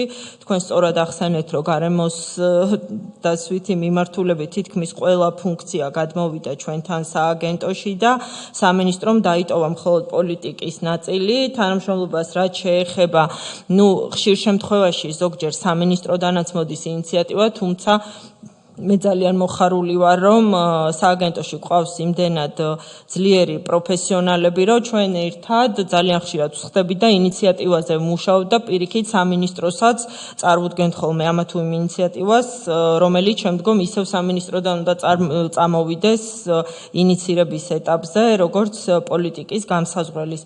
ამიტომ ამ ეტაპზე რო ვთქვა, რომ რამე გამოწვევას ვხედავ თანამშრომლობის ვერა, თუმცა ურიგო არ იქნებოდა, რომ მე პრაქტიკა როგორც გვაჩვენებს, ესე ვთქვათ, ეფექტურად დაიგეგმოს აი ეს კოორდინაცია საიმისოდ, რომ შეფერხებით არ მოხდეს საჭირო ღონისძიებების განხორციელება. განათლების ცენტრის ფუნქციებს რაც შეეხება, ჩემ პრეზენტაციაში გამომრჩა, რომ ერთ-ერთი ფუნქცია ასევე, რომელიც სამინისტროდან გადმოვიდა, არის საჯარო განხილვების ფუნქცია, ამას ახორციელებდა განათლების და ინფორმაციის ცენტრი, რომელიც ცალკე სიპი იყო და აი ამ გარემოსდაცვითი ნებართვების გაცემის მიმართულებით დეპარტამენტიდან აღნიშნული სამმართველო პირდაპირ გადმოვიდა ჩვენთან სააგენტოში და საჯარო განხილვებს, მოკლედ მათი ჩართულობით ჩვენ სპეციალისტებთან ერთად ჩვენ ვახორციელებთ, ანუ პასუხისმგებელ ორგანოდ განისაზღვრა გარემოს ეროვნული სააგენტო. ორხუსის კონვენციასთან დაკავშირებით კი ბატონო გეთანხმებით, რომ ფაქტობრივად გამოდის, რომ ჩვენ ვართ მხარე, თუმცა ამ ეტაპზე სამინისტროა კვლავ ესე ვთქვათ, წარმომადგენელი და ვნახოთ, აი მოვინიშნე კიდეც ეს საკითხი და არ იქნება ურიგო, რომ განვიხილოთ მათთან ერთად ამის შესაძლებლობა. უღმესი მადლობა გულწრფელად და წარმატებებს გისურვებთ. დიდი მადლობა. ეხლა შეგვიძლია გადავიდეთ მეორე მოხსენებაზე, რომელიც ნამდვილად ერთ-ერთ ძალიან მნიშვნელოვან საკითხს ეხება, ეს არის გეოდინამიკური პროცესები და მიმდინარე გამოწვევები. ამასთან ამ მოხსენების პარალელურად ჩვენი კომიტეტის სახელით ვადასტურებ, რომ იქ სადაც კომიტეტის მხარდაჭერა იქნება საჭირო, კანონმდებლობის ფორმირების თუ სხვა შეხვედრების თუ ნებისმიერი საკითხის დაორგანიზების კუთხით ჩვენ ვაცნობიერებთ თუ რაოდენ მნიშვნელოვანია საკითხი, რომელიც გეოდინამიკური პროცესების გააქტიურებას ეხება ბოლო წლების განმავლობაში, ჩვენ მზად ვართ ყველანაირი ჩართულობისთვის და მხარდაჭერისთვის. ძალიან დიდი მადლობა ამისთვის. ესეც პრინციპში მოკლე მოხსენება მაქვს და გარკვეულწილად იმეორებს აი იმ სტატისტიკას, რომელიც მქონდა მოცემული პრეზენტაციაში. ერთადერთი კიდევ რაც მინდა დავძინო არის ის, რომ საკმაოდ გააქვთ გააქტიურებულია გეოდინამიკური პროცესები, ანუ ადრე თუ კი პროგნოზირების საშუალება იყო და განმეორებადობის პერიოდი, მაგალითად, აი ამ მეწყერულ გრავიტაციული პროცესების წარმოქმნის და განვითარების მიმართულებით იყო შესაძლებელი 3, 5, 8, 11 წლიან პერიოდზე, ეხლა ეს პერიოდი ფაქტიურად, ანუ კანონზომიერება დარღვეულია და ყოველწლიურად იმ მასშტაბებს იძენს ესე ვთქვათ ეს პროცესები, რომ პროგნოზირება ასე თუ ისე არის ძალიან რთული. ვიცი რომ ყველა საქმის კურსში ხართ ხარაგაულში მიმდინარე პროცესთან დაკავშირებით, ამასთან დაკავშირებითაც მინდა აღვნიშნო, რომ ესე ვთქვათ პირველი ბზარის გაჩენიდან, ეს იყო ივნისი ან მაისი არ მახსოვს, დასაწყისში მუნიციპალიტეტის მიერ იყო მომართვიანობა ცალსახად და ჩვენი გეოლოგების ჯგუფი ადგილზე გასვლის შემდგომ აღმოჩნდა საკმაოდ მძიმე რეალობის წინაშე, პროგნოზიც იყო არაკეთილსაიმედო და ყოველდღიურ რეჟიმში აბსოლუტურად ჩვენი ჯგუფები ადგილობრივ სპეციალისტებთან ერთად იყვნენ ადგილზე მობილიზებული, ზოგიერთი მოსახლე თავიდანვე დაექვემდება რა მდგრად ადგილას გადაყვანას და ისე განვითარდა მოვლენები, რომ ამას ჩვენი გეოლოგებიც ესე დრამატულ განვითარებას სიმართლე გითხრათ არ ელოდნენ. მერე იქ იყო მითქმა-მოთქმა, რომ ანთროპოგენულმა პროცესებმა გამოიწვია აი ამ პროცესების გააქტიურება, თუმცა პირველადი დასკვნის და შემდგომ უკვე დეტალური გეოლოგიის გაკეთების შემდგომ არ დადასტურდა აღნიშნული ფაქტი. მე მინდა ძალიან დიდი მადლობა გადაუხადო ჩვენ სპეციალისტებს, იმიტომ რომ ვთვლი, რომ სწორად გარემოს ეროვნული სააგენტოს სპეციალისტების ისევე როგორც სხვა უწყებებიდან ჩართული ადამიანების დამსახურებაა ნამდვილად დღეს რო იქ მსხვერპლი არ არის და დრამატულად არ განვითარდა მოვლენები, იმიტომ რომ ყისიერად დროულად იქნა დაგეგმილი ღონისძიებები, ეს ხალხი გადაყვანილი ადგილას და ჩვენ და სამწუხაროდ როგორც იტყოდა ჩვენ დიდი პოეტი ბუნება მბრძანებელიაო, ამ პროცესს არაფერი არ ეშველება, გარდა იმისა, რომ მოხდეს მთელი რიგი პრევენციული ღონისძიებების გატარება, რომელიც შემდგომში უკვე შეიძლება ამ გააქტიურებელმა მეწყერმა გამოიწვიოს. ბატონ ლადო წეღან, თქვენი კითხვაზე პასუხი არ მომიცია, ჩვენ ერთობლივი ინიციატივაც ჰქონდა მახსოვს კომიტეტში იყო განხილვა. იმასთან დაკავშირებით ხომ არ იქნებოდა უფრო ეფექტური, რომ მუნიციპალიტეტების დონეზე, მუნიციპალიტეტშივე დასაქმდეს, ესე ვთქვათ, დარგობრივი სპეციალისტი, რომელიც მყისიერად შეძლებს კონკრეტულად გამოვლენილი რაღაცა გარემოებიდან გამომდინარე ადგილზე დროულ გასვლას და ესე ვთქვათ, საჭიროების შემთხვევაში უკვე ცენტრალურ აპარატთან მოხდება დაკავშირება. კი, ნამდვილად მოგწონს ეს ინიციატივა და მუნიციპალიტეტებთან ვიყავით ამასთან დაკავშირებით ხაზზე. სამუშაო აღწერილობაც კი გვაქვს, ესე ვთქვათ, ამასთან დაკავშირებით მომზადებული, თუმცა კიდევ ერთხელ იკვეთება ის საკითხი, თუ ვინ უნდა დასაქმდეს იქ, ვისი პასუხისმგებლობა იქნება, ანუ დაფინანსების წყარო იქნება მუნიციპალიტეტი, თუ აქედან უნდა იყოს სპეციალისტი მივლინებული, თუმცა არა მარტო საორგანიზაციო საკითხები, სამწუხაროდ აღვნიშნავ, რომ ბაზარზე საკმაოდ დიდი დეფიციტია ესეთი სპეციალისტებიც. ჩვენ იმისთვისაც მზად ვართ და ეს ინიციატივაც გვაქვს, რომ იმ შემთხვევაში თუ კი ვინმე მოტივირებული ახალგაზრდის იდენტიფიცირება მოხდება მუნიციპალიტეტის დონეზე, მზად ვართ ჩამოვიყვანოთ ჩვენთან. ჩვენმა სპეციალისტებმა ესე ვთქვათ გაატარონ მათ ის ძირითადი ბაზისური ტრენინგი, რომელიც მისცემს მას შემდგომ საშუალებას, რომ ადგილზევე მიხვდეს, რამდენად მნიშვნელოვანია საფრთხე და ის, რომ დროული რეაგირება მოვახდინოთ. აქედან გამომდინარე, რა თქმა უნდა, მზად ვართ და თუ კი მუნიციპალიტეტებს რო ვესაუბრეთ, ისინი გადიან იმაზე, რომ ბიუჯეტი თუ იქნება მუნიციპალიტეტის საკმარისი, როგორ აიყვანონ, ან ასე შემდეგ. ჩვენი კუთხით, რაც კი შეგვიძლია და კანონმდებლობა გვაძლევს, ესე ვთქვათ, უფლებამოსილების ფარგლებში საშუალებას, აუცილებლად მივეხმარებით და რეგიონული ოფისების შემთხვევაშიც ადგილზე არიან ჩვენი სპეციალისტები და სწორედ ეგ გვინდა, რომ მოვაძლიეროთ ეს მხარე, ესე ვთქვათ, მომსახურებას არ დავარქმევდი, მაგრამ სპეციალისტების ჯგუფები, რომლებიც მყისიერად შეძლებენ ადგილზე გასვლას და სათანადო რეკომენდაციების მომზადებას. ეხლა აქ სტატისტიკა მინდა განახოთ, ანუ აი რო წარმოიდგინოთ მასშტაბები აი ამ საფრთხების იდენტიფიცირებასთან დაკავშირებით. მაგალითად 2024 წელს აქ 5 წლიანი ჭრილია მოცემული, მაგრამ 2024-ში ჩვენებმა შეაფასეს დაახლოებით 4266 ოჯახი. ხოლო ამ წლის 3 კვარტალში, მესამე კვარტალის მონაცემები არ მაქვს აქ მითითებული, 3100 ოჯახი არის შეფასებული, ანუ რისკების თვალსაზრისითაც რისკები დაყოფილი არის, ესე ვთქვათ, მაღალი, საშუალო და შედარებით ნაკლებად რისკიან ტერიტორიებად, სადღაც 18% დასახლებული პუნქტები საკმაოდ მაღალი რისკის ზონაში ექცევა, 38% არის საშუალოში და დანარჩენი მოდის დაბალი რისკის ზონაში. ძირითადად რისკის ზონები მაღალმთიან რეგიონებზე მოდის და ძირითადად დასავლეთ საქართველოს არის დატვირთული, თუმცა ჩვენი სპეციალისტების თქმით, ადრე თუ კი ვამბობდით ესე რომ 18% დასახლებული პუნქტების არის მაღალი რისკის ზონა, ეხლა ცოტა უფრო ნაკლებად პროგნოზირებადია, იმიტომ რომ საშუალო რისკი ყოველწლიურ დინამიკაში უფრო მაღალი რისკისკენ იხრება და სამწუხაროდ, ესე ვთქვათ, თლად სახარბიელო მდგომარეობა არ არის ამ კუთხით.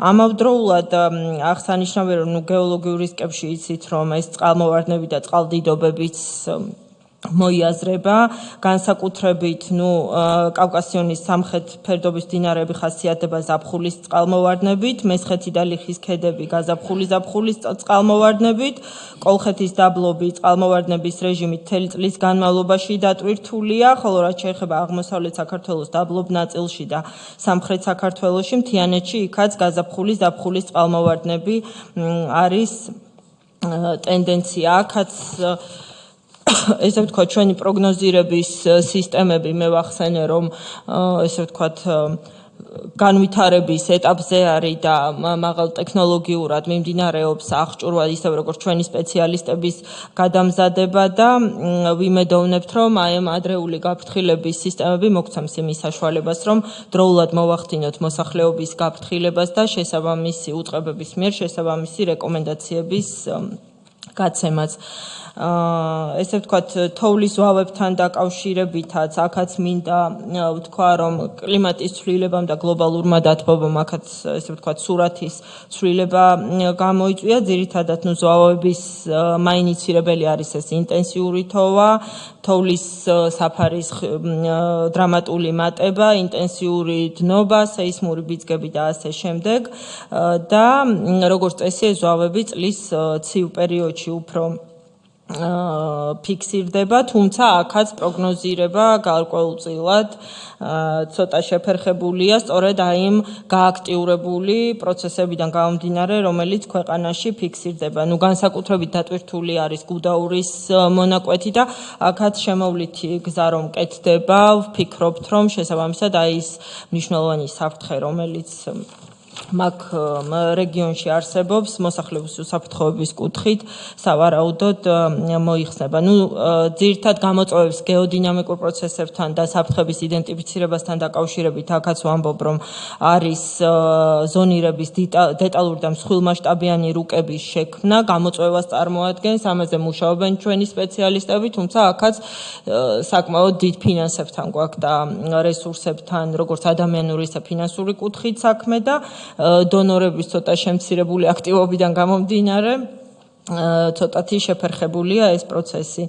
აგრეთვე ძალიან ბევრი ვანდალიზმის ფაქტია ჩვენი გეოლოგიური და ჰიდრომეტეოროლოგიური სადგურების დაცვის უსაფრთხოების თვალსაზრისით, იმიტომ რომ ესე ვთქვათ, ჩვენ და სამწუხაროდ ვანდალიზმს აქვს ადგილი, ამაზე გვიწევს ძალიან დიდი ფინანსური რესურსის დახარჯვა, მონიტორინგი და ასე შემდეგ.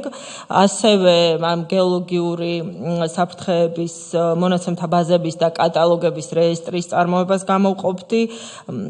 ერთ-ერთ გამოწვევას რა კუთხითაც ამავდროულად მიმდინარეობს მუშაობა ჩვენი სპეციალისტების ჩართულობით და კიდევ ერთხელ, რომელიც ყველაზე დიდ გამოწვევას წარმოადგენს და მართლა ინტენსიურ რეჟიმში უწევთ ჩვენ სპეციალისტებს მუშაობა, არის ნამდვილად ადამიანური რესურსის ნაკლებობა და ჩვენ და სამწუხაროდ საგამართლებლო დაწესებულებებშიც დიდი აქტივობა არ შეინიშნება იმ დეფიციტური პროფესიების ათვისების კუთხით, რომელიც ამ სააგენტოს ისტორიული ფუნქციისთვის არის მნიშვნელოვანი ნამდვილად. ამიტომ კომიტეტსაც ვთხოვდი, რომ ვინმე კარგი სპეციალისტი ახალგაზრდასაც თუ გეგულება, ჩვენ მზად ვართ, რომ ესე ვთქვათ, ინტერესი გაუღვივოთ და დავასაქმოთ ჩვენთან სააგენტოში.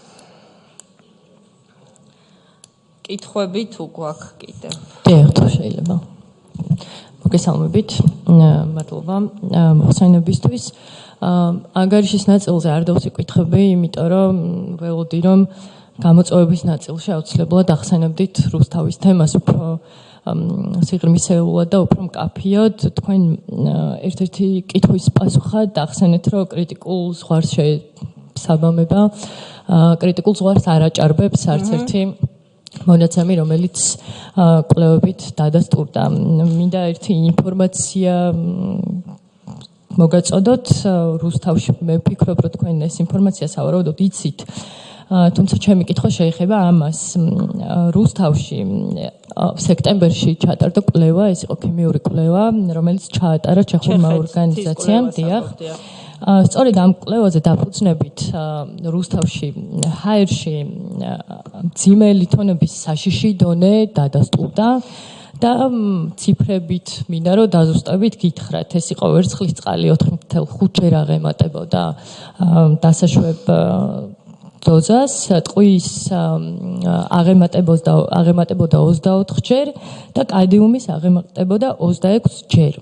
რაც ყველაზე საგანგაშო იყო ჩემთვის ამ კვლევაში, ეს არის ნიადაგში, მტვერში, თევზში და ადგილობრივი წარმოების საკვებ ნივთიერებებში აღმოჩენილია PCBS-ი და DDT. DDT არის აკრძალული ნივთიერება, რომელიც ასევე საბავშვო მოედნების ნიადაგში არის აღმოჩენილი, კადიუმი და თუთიაც მათ შორის.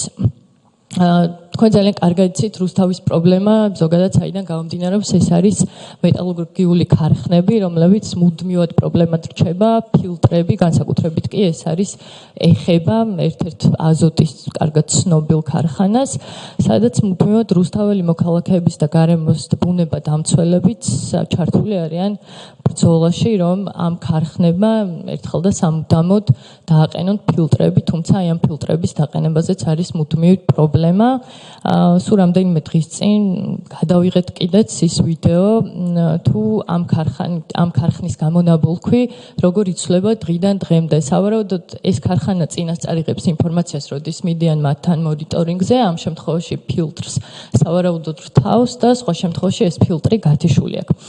აი ამ კვლევის თანახმად მაინტერესებს სააგენტოს შემდეგი ღონისძიება და ნაბიჯები თუ განხორციელდა ამ მიმართულებით და ასევე რუსთავის ქარხნებზე მაინტერესებს თქვენი გეგმა და ხედვა. მეორე კითხვაც. რუსთავის ქარხნებს, ზოგადად ქარხნებს ამბობ თუ რაიმე კონკრეტული აზოტის და მეტალურგიული, მათ შორის ცემენტის ქარხანასაც გულისხმობ. და ხედვა, ანუ სააგენტოს ხედვას რას გულისხმობთ?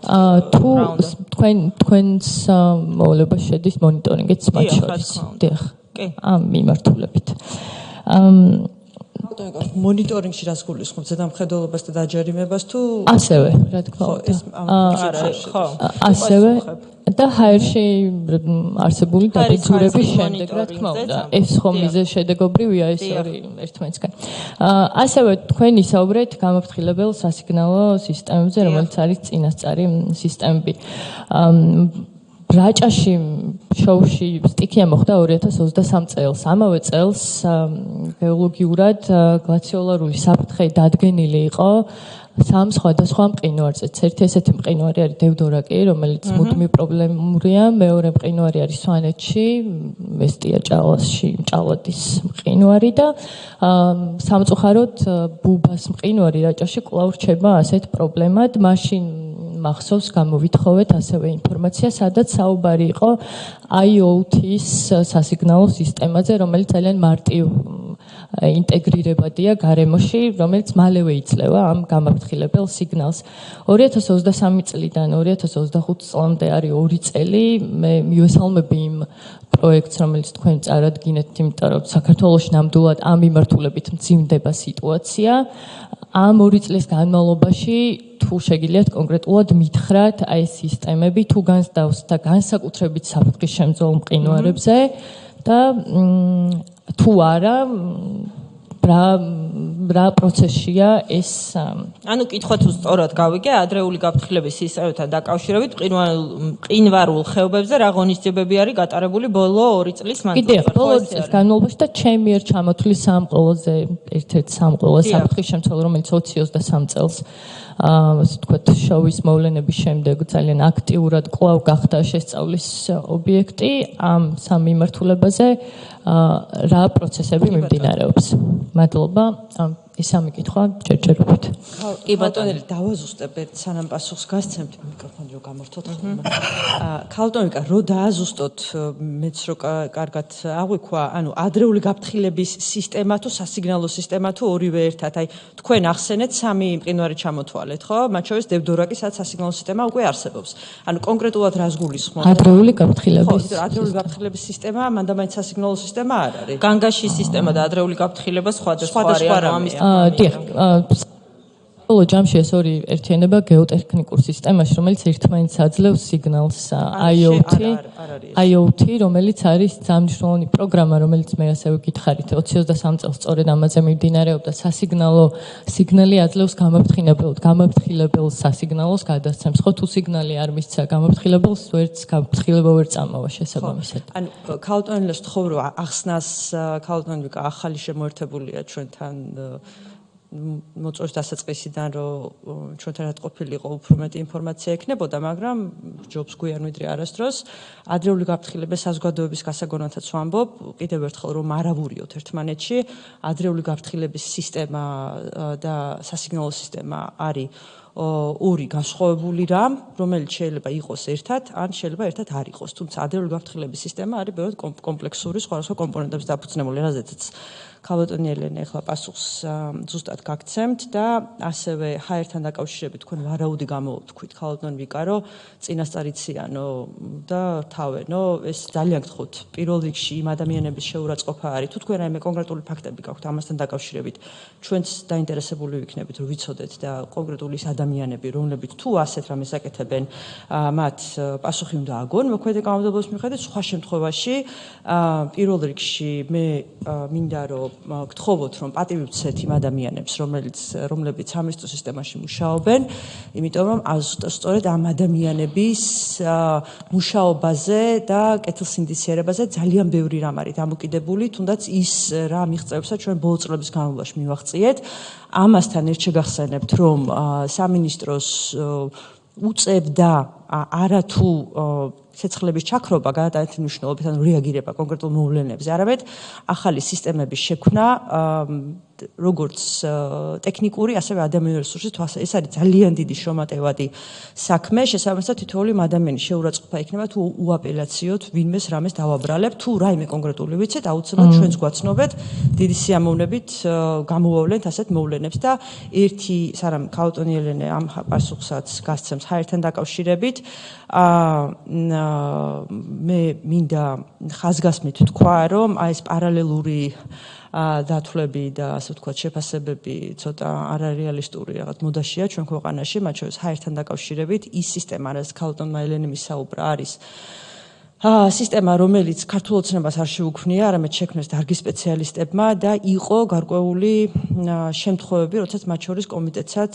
პარალელური კვლევებით, რომელიც საერთოდ სხვა მონაცემებს ეფუძნებოდა და სხვა კრიტერიუმებს, არასწორი მონაცემები იყო დადგენილი, რომელიც სხვადასხვა პიარული მიზნებისთვის იქნა გამოკვეთილი. ამასთან სამინისტრო და კომიტეტი უკვე 4 წელია მე არაფერს არ ვსაუბრობ იმაზე, რომ თბილისში დამტკიცებული ჰაერის გეგმის მიხედვით განხორციელდა ძალიან ბევრი ქმედება, მათ შორის მუნიციპალური ტრანსპორტის ჩანაცვლება, ახლა იცით რომ მეტროს დამატებითი ზედა მეტროს დამატებითი ხაზი კეთდება და გამწვანების ძალიან მასშტაბური, მათ შორის მულჩის დაფარვის მასშტაბური ღონისძიებების მიზანი სწორედ მათ შორის ერთ-ერთი იყო ჰაერის ხარისხის გაუმჯობესება, რამაც თუ თქვენ გამოითხოვთ მონაცემებს, როგორ იყო მანამდე და როგორ ახლა, ნამდვილად შედეგებს ნახავთ და ახლა ქუთაისი რა იყო რუსთავთან დაკავშირებით ძალიან აქტიურად მუშაობთ. ჩვენ მთელი წინამოწვევის პარლამენტი პრაქტიკულად კომიტეტიც კი კარდა დიოდა თვითონ საწარმოში, გარდა იმისა, რომ ჩვენ წინამოწვევის პარლამენტში დავამტკიცეთ ძალიან მნიშვნელოვანი კანონი, რომელმაც პრაქტიკულად აიძულა ყველა საწარმო, რომ ეტაპობრივად დაეწყოთ ფილტრების გამოცვლა. ამასთან ხაზ გაუსვამ, რომ ფილტრების გამოცვლის კუთხით, მათ შორის ემისიების კანონიც ამაზე ამბობს და ჩვენ პრაქტიკულად სანამ ემისიების კანონი ამოქმედებოდა, დავასწარით ამ პროცესს და თვითმონიტორინგის სისტემები დავაყენებიეთ კომპანიებს, მაგრამ პრაქტიკაში რო წარმოიდგინოთ ეს რას ნიშნავს. თვითმონიტორინგის სისტემები ბევრ საწარმოში ფიზიკურად ვერ ყენდებოდა, იმიტომ რომ საწარმოო ციკლი იყო მოძველებული, ბევრგან იყო ძველი კომუნისტური ტექნოლოგია, რომელსაც თვითმონიტორინგის სისტემა, რომელიც ჰაერს გაზომავდა, ფიზიკურად არ იყო. შესაბამისად, ამ კომპანიების ძალიან დიდ ნაწილს მოუწია მთლიანად ტექნოლოგიური ციკლის გამოცვლა. არა მხოლოდ ფილტრების, ანუ ფილტრი რაღაცას ხომ დაუყენდეს, ამიტომ ტექნოლოგიური ციკლის გამოცვლა ეს აღმოჩნდა ყველაზე, ასე ვთქვათ, მსხვილი და მტკივნეული პროცესი. ამასთან ერთ რამეს დავამატებ და მე ხალხონელს ბოდიშუხდი რომ რაღაც წავართვის სიტყვა, მაგრამ კომიტეტის სახელით ეს აუცილებლად უნდა მეთქვა. როდესაც ტექნოლოგიური ციკლის და ფილტრის დაყენებაზეა საუბარი, დირექტივა, IPPC დირექტივა, რომლის მიხედვითაც ჩვენ ემისიების კანონი მივიღეთ და ხაზს უსვამ, რომ ჩვენ დავასწარით ემისიების კანონს და უფრო მალე ადრე მოვთხოვეთ საწარმოებს თვითმონიტორინგის სისტემის დაყენება, IPPC-ის დირექტივის მიხედვითაც კი თვითონ კომპანიას, რომელმაც ოდესღაც ევროკავშირის ტერიტორიაზე ტექნოლოგიური ციკლი ჩაანაცვლა, ამისთვის მიეცათ მათ 5-დან 10 წლამდე პერიოდი. სხვა შემთხვევაში ფიზიკურად ყველა ეს ობიექტი იქნებოდა დახურული, იმიტომ რომ ეს გარკვეულ ფინანსურ და ეკონომიკურ მდგენელებთან არის დაკავშირებული. ეს იყო მოკლედ რაც მინდოდა მეთქვა. ქალბატონ მე გეტყვით თქვენ ქალბატონ ელენეს გავცეთ მივცეთ საშუალება. თქვენ ისე მიწუხეთ თითქოს მე ვინმე შეურაცხყოფა მივაყენე ესე არ არის ქალბატონო მაია.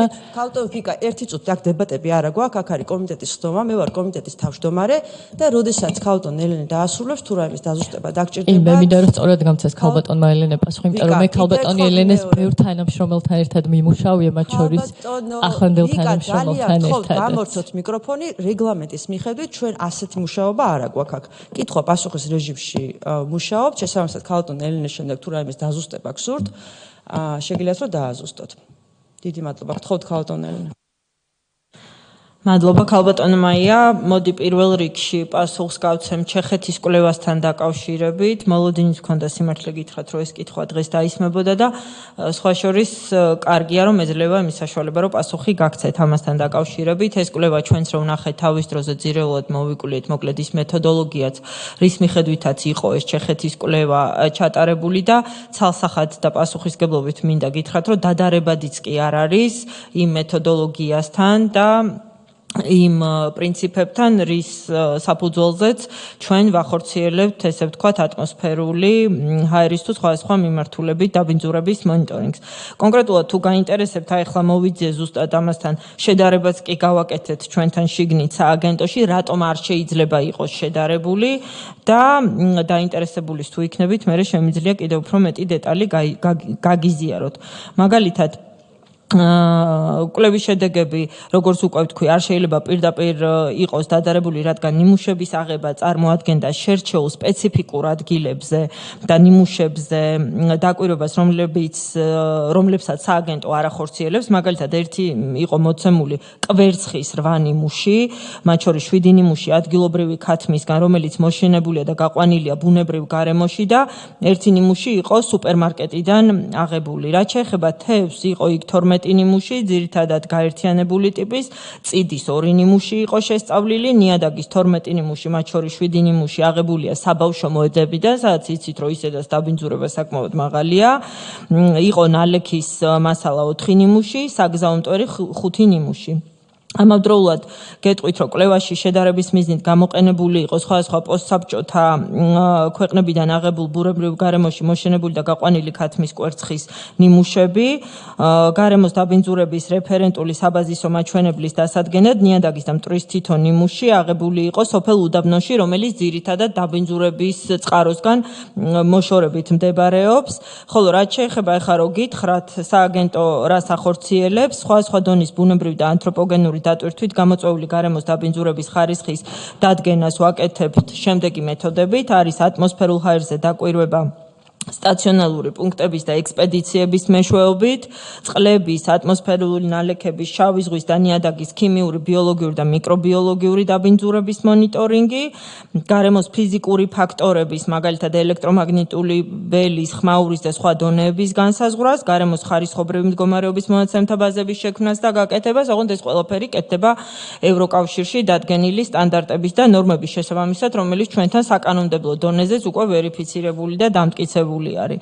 მაგალითად, დადარებისთვის რომ გითხრათ, ჩეხების კვლევაში გამოყენებული იქნა ევროკავშირის ჰაერის და გარემოს დაცვის დირექტივებზე დაყრდნობილი მეთოდოლოგია, მაგრამ ერთჯერადი, ანუ რას ნიშნავს პერიოდული ნიმუშების აღებით. მაშინ, როდესაც მე როგორც ჩემ მოხსენებაშიც გითხარით, გარემოს ეროვნული სააგენტო 24 საათიან დაკვირვების რეჟიმში მრავლობით წერტილში ახორციელებს, ესე ვთქვათ, მონიტორინგს და ამიტომ ერთჯერადად აღებული რაღაცა ნიმუში დადარებული ვერ იქნება მუდმივი მონიტორინგის შედეგებთან და დაკვირვებასთან. რაც შეეხება სანდოობის უპირატესობას გარემოს ეროვნული სააგენტოს მიერ გამოყენებული მეთოდოლოგიასთან მიმართებაში, არის ის, რომ საქართველოში მიღებული მონაცემები უკვე კანონით არის გამყარებული, როგორც გითხარით და იმპლემენტირებულია ევროკავშირის დირექტივების მოთხოვნები. ამავდროულად ჩვენ ვიყენებთ მრავალწლიან მონაცემთა ბაზას შედეგების დადარების თვალსაზრისით. რაც შეეხება ინსტრუმენტებს და ლაბორატორიულ შესაძლებლობებს, ჩეხეთის კვლევის შემთხვევაში ნიმუშების ანალიზი ჩატარდა პრაღაში, ამსტერდამში, მიუნსტერში, სხვადასხვა ლაბორატორიებში. გამოყენებული იყო, აქ რამეს თუ გეუბნებათ, არ ვიცი, GCMS და HRMS სისტემები, ხოლო რაც შეეხება საქართველოს სისტემას, მუშაობს იმ ინსტრუმენტებით, რაც საშუალებას აძლევს ულტრათრეის დონეზე, ესეც PPT და PPB სტანდარტებს გულისხმობს, გამოავლინოთ ძინმე მეტალები, ორგანული ტოქსინები. ჩვენს მიერ ამავდროულად გამოყენებული არის მეთოდები საერთაშორისო სტანდარტების ISO-ს მიერ აღიარებული სტანდარტები და მე წეღანას დამავიწყდა მე თქვა რომ ჩვენი ლაბორატორია ფლობს ISO 17025 სტანდარტს და სწორად სანდოობას ჩემი აზრით ესეც ხაზს უსვავს რომ ISO სერტიფიკატის ფლობელები ვართ. დიახ, ამავდროულად არის აკრედიტირებული. აქედან გამომდინარე, ძალიან მოკლედ გეტყოდით, რომ ერთჯერადი გაზომვების ცდომილება საკმაოდ მაღალი არის. სტაციონალური მაღალტექნოლოგიური ხელსაწყოები ჩვენ შემთხვევაში უზრუნველყოფენ სისტემურად ზუსტ მონაცემებს და როგორც გითხარით, ერთჯერადი კონკრეტულ დაბინძურებულ წერტილში აღებული მონაცემი ვერ დაედარება იმ მუდმივ და მრავალწერტილოვან მონიტორინგს, რომელსაც გარემოს ეროვნული სააგენტო ახორციელებს. საქართველოს მონიტორინგის სისტემას ამავდროულად კიდევ ერთხელ ხაზი რო გაუსვა, ესე ვთქვათ, აბსოლუტურად ეფუძნება ევროკავშირის დირექტივებს და სტანდარტებს, იყენებს ოქროს სტანდარტებს, წეღანაც გითხარით ICP-MS მუდმივი ჰაერის მონიტორინგის მიმართულებით, უზრუნველყოფს გრძელვადიან და უწყვეტ მონიტორინგს, გამყარებული არის სხვადასხვა საერთაშორისო აღიარებული სისტემები და შედეგები პირდაპირ გამოიყენება რეგულაციებს და შესაბამისი პოლიტიკის შემუშავებაში, სწორედ იქიდან გამომდინარე, რომ სანდოობის საკმაოდ მაღალი ხარისხით სარგებლობს. თუ კიდევ რაიმე დეტალური კითხვა გაქვთ, გამომდინარე იქიდან, რომ მე სპეციალისტ ქიმიური მიმართულებით და ასე შემდეგ არ წარმოვადგენ, შემიძლია სიტყვა გადავცე ჩემს თანამშრომელს, რომელიც კიდევ უფრო დეტალებში ჩაგიყვანთ. ამიტომ სულ მოკლედ რომ გითხრათ, ჩეხეთის კვლევა ვერ დადარდება ეროვნულ დონეზე გარემოს ეროვნული სააგენტოს მიერ მონიტორინგის შედეგებს. რაც შეეხება ადრეული გაფრთხილების სისტემებს, აქაც გეტყვით, რომ ადრეული გაფრთხილების სისტემა არ არის იდენტური განგაშის სასიგნალო სისტემის. თქვენ სწორად აღნიშნეთ, რომ დევდორაკზე არის მოწყობილი განგაშის სისტემა, რომელიც იძლევა იმის საშუალებას, რომ კონკრეტული სიგნალის მიღების შემდგომ პროტოკოლის მიხედვით ამა თუ იმ მხარემ დროულად მოახდინოს ის რეაგირება, რაც პროტოკოლში არის გაწერილი. ეხლა ძალიან მოკლედ რომ გითხრათ, განგაშის სისტემის მოწყობა ყველა ხელწერტილზე ასევე მიზანშეწონილი და გაუმართლებელიც კი არის, სწორად ამიტომ ეხლა რო კვლევა მიმდინარეობს, გითხარით მყინვარული ხეობების და განსაკუთრებით მნიშვნელოვანი რისკის ზონების და ცხელი წერტილების, სწორედ წინასწარი შედეგების საფუძველზეც და შვეიცარია გვიკეთებს ამ კვლევას, სწორედ ეს იყო ერთ-ერთი ჩვენი განხილვის საგანი, რამდენად მიზანშეწონილი იქნებოდა დევდორაკის მსგავსი სისტემის მოწყობა ყველა იმ წერტილზე, სადაც მომატებული საფრთხე არის. ცალსახა მითითება არის, რომ არა, იმიტომ რომ სიმულაციაც კი გაკეთდა გარკვეული, ესე ესე ვთქვათ, ბუნებრივი საფრთხეების რეალობაში გადმოტანის შემთხვევაში, სადაც კონკრეტულ ადგილებზე იმის დროც კი არ არის, რომ განგაშის სისტემა მიმუშაოს. ამიტომ სპეციალისტებს რომ მივანდოთ ეს საკითხი, ბევრად უფრო მართებული იქნება და სააგენტო, რა თქმა უნდა, ამისთვის მზად არის და ვთქვი კიდევაც, რომ შემდეგი წლის ბიუჯეტში თანხაც გათვალისწინებულია იმ საჭირო ღონისძიებებით, რაც საერთაშორისო ექსპერტების ჩართულობით იდენტიფიცირებული იქნება ამა თუ იმ ცხელწერტილზე, ან განგაშის, ან რაიმე სხვა შემარბილებელი ღონისძიებების მოწყობის თვალსაზრისით. ამიტომ სწორად რომ გავმიჯნოთ, გაფრთხილების სისტემა არ ნიშნავს განგაშის სისტემას და ზოგ შემთხვევაში არასწორ ადგილას სიგნალმა შეიძლება კიდევ უფრო სავალალო შედეგი მოგვცეს, ვიდრე ამას წარმოიდგენთ. და ვიდრე წარმოვიდგენთ ის ადამიანები, რომლებიც პროფესიონალები არ არიან აი ამ დარგში. შოუს რაც შეეხება, ამ ტრაგედიას, ესე ვთქვათ, დადებითი მხარე არ შეიძლება, რა თქმა უნდა, გქონდეს, თუმცა ვიტყვი იმას, რომ კიდევ უფრო გაასმაგებული ყურადღებით ხელისუფლება მუშაობს ინტენსიურ რეჟიმში და სწორედ ჩვენი კვლევებიც აი ამისი ნაწილია, რომ სახელმწიფო ბიუჯეტიდან მოხდეს კონკრეტული ღონისძიებების იდენტიფიცირებაც და დაფინანსებას, რომელიც საშუალებას მოგვცემს, რომ დროულად გავითვალისწინოთ მოსალოდნელი საფრთხე და გავაკეთოთ შესაბამისი რეაგირება. რაც შეეხება შოუს, ვინც არ არის დეტალებში, ესე ვთქვათ, გარკვეული და თუ ამასთან დაკავშირებით ისევ კითხვა გაქვთ ჩემს კოლეგას გადავცემ ასე პროფესიონალს სიტყვას შოუში ტრაგედიის პროგნოზირება იყო შეუძლებელი. მეცნიერულად დადასტურებულია, ყველანაირი კვლევები დადასტურებულია, იმიტომ რომ სხვადასხვა ბუნებრივი საფრთხე და მოვლენა ისე დაემთხვა ერთმანეთს, რომ ამისი პროგნოზირება იყო შეუძლებელი, მით უფრო სიგნალის ჩართვის შემთხვევაში, სიგნალი რომ ყოფილიყო, დამიჯერეთ, რომ კიდევ უფრო სავალალო შედეგი დადგებოდა, ვიდრე დადგა. კითხვა თუ გაქვთ, ბატონი ირაკლი მეგრელიძეს უთხოვდი კიდევ უფრო მეტად განგიმარტოთ განსხვავება ადრეული გაფრთხილების სისტემებს, განგას შორის და ის რატომ არ არის მიზანშეწონილი ყველგან ერთი და იგივე სახის სიგნალის თუ განგაშის სისტემის გამოყენება.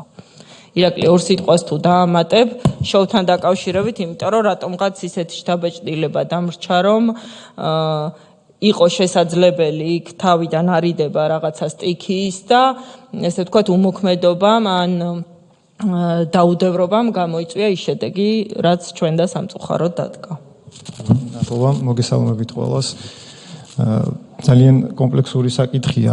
ეხლა ჩვენ რო დავიწყოთ საუბარი, იმიტომ რომ იმდენად სპეციფიურ თემაზე გადავდივართ და ამას მე მესმის ზოგადად საზოგადოებაშიც, რადგანაც არის ესე ვთქვათ სხვადასხვა აზრთა სხვადასხვაობა, მათ შორის ადრეული შეტყობინების სისტემის და განგაშის სისტემის მნიშვნელობის შესახებ, რომ ხშირად გვერევა, ეს ხშირ შემთხვევაში იგივე ცნობიერებაზე დავდივართ, პრობლემა არის იგივე, თქვათ, ტელევიზიების მხრივ არასწორად ხდება მოსახლეობის ინფორმირება, რაც შეეხება შოუის კატასტროფას, ჩვენ აქ არ გვაქვს საუბარი იმ სტიქიურ მოვლენებზე და იმ ადრეული შეტყობინების სისტემის კომპონენტებზე, რაზეც ქალბატონელი საუბრობდა, აქ აბსოლუტურად განსხვავებულ გამოწვევაზე გვაქვს, რომელიც არა მარტო პირობითად იგივე კავკასიონის გამყინვარებაზე, არამედ მათ შორის ევროპაშიც, ეს იქნება ალპებში თუ ჰიმალაის მთებში, ყველგან ერთ და იგივე პრობლემა დგას, რაც კლიმატის ცვლილებით და გლობალური დათბობით არის გამოწვეული.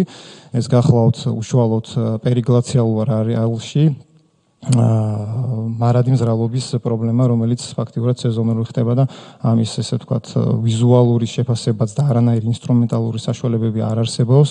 შესაბამისად, ვერც შოუში ვერანაირად ვერ იქნებოდა ეს იდენტიფიცირებული. ეს იყო მყისიერი მოვლენა, რაც განვითარდა განსხვავებით შვეიცარიაში, თქვენს ყველას ცნობილია მაისის მოვლენა, შვეიცარიაში ბლატენის მოვლენა, რომელიც წლების განმავლობაში დაიკვირვებოდა და ეს დინამიური პროცესი იყო და ნელ-ნელა ხდებოდა ეტაპობრივად, აქედან გამომდინარე ბოლო, ასე ვთქვათ, ერთი კვირის განმავლობაში, როდესაც მასების გადაადგილება საგრძნობლად, ესე ვთქვათ,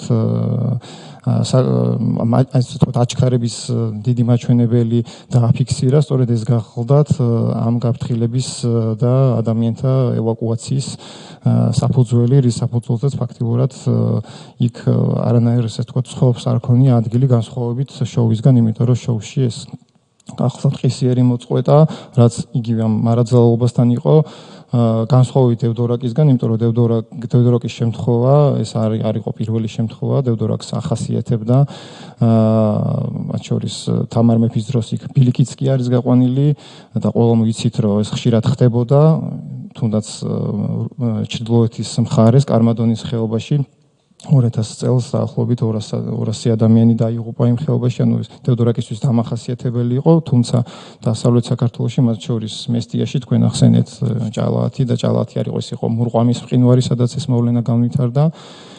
ფაქტიურად ეს დიდი გამოწვევა, რომლის წინაშეც არა მარტო ქვეყანა, არამედ სოფლიო დგას, თუმცა დღესდღეობით მეცნიერებისათვის იმდენად რთული ამოცანა ჯერ ვერ იქნა მიღწეული გადაჭრის გზები, თუმცა არის გარკვეული ესე ვთქვათ მეთოდოლოგიები და შვეიცარიელებთან ერთად ჩვენ აი სწორედ მიმდინარეობს მუშაობა, რაზეც ალბათ თქვენ მოგახსენათ, ის დისტანციური ზონდირების მეთოდის გამოყენებით მასების გადაადგილებაზე, ის ინფოგრამატრული ესე ვთქვათ ინსარის ტექნოლოგია, რომლის საშუალებითაც აქ რა თქმა უნდა ემატება დამატებით კიდე გარკვეული გეომორფოლოგიური ანალიზი, რომლის საშუალებითაც ჩვენ ძალიან ესე ვთქვათ დეტალურად ვცდილობთ რომ ესე ვთქვათ შევისწავლოთ სად ხდება დიდი მასების გადაადგილება, სადაც უფრო მეტი ესე ვთქვათ აქცენტი და კონცენტრაცია უნდა გავაკეთოთ. თუმცა კიდევ ერთხელ ვიტყვი რომ ეს იმდენად ახალი გამოწვევა, ამის ინსტრუმენტალური არც ვიზუალური შეფასება ვერ ხერხდება, მაგრამ ის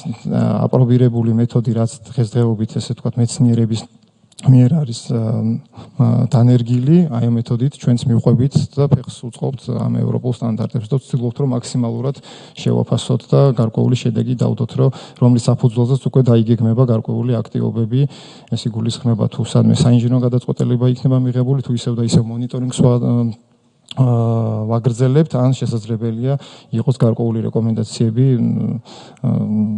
გადასახლებასთან დაკავშირებით. მადლობა.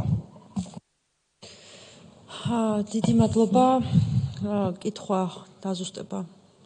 დიახ, ბატონო ირაკლი, მადლობა. მე ჭალადი არ შემშლია, მუყოთის მყინვალზე უკვე მოხდა, მაგრამ ჭალაძე ჯერ არ მომხდა, რომ მეთქი ჭალადი ჩამონათვალში ვთქვი, რომ 20-23 წელს ეს ალბათ თქვენ ჩემზე კარგად იცით, ჭალადის მყინვარი რამდენად მოძრავია და რამდენად საფრთხის შემცველია, შესაბამისად ამის დაზუსტება მინდოდა, რომ ჭალადი არ შემშლია, ნამდვილად ჭალადი ვთქვი იმ კვლევის საფუძველზე, რომელიც 2023 წელს ჩატარდა.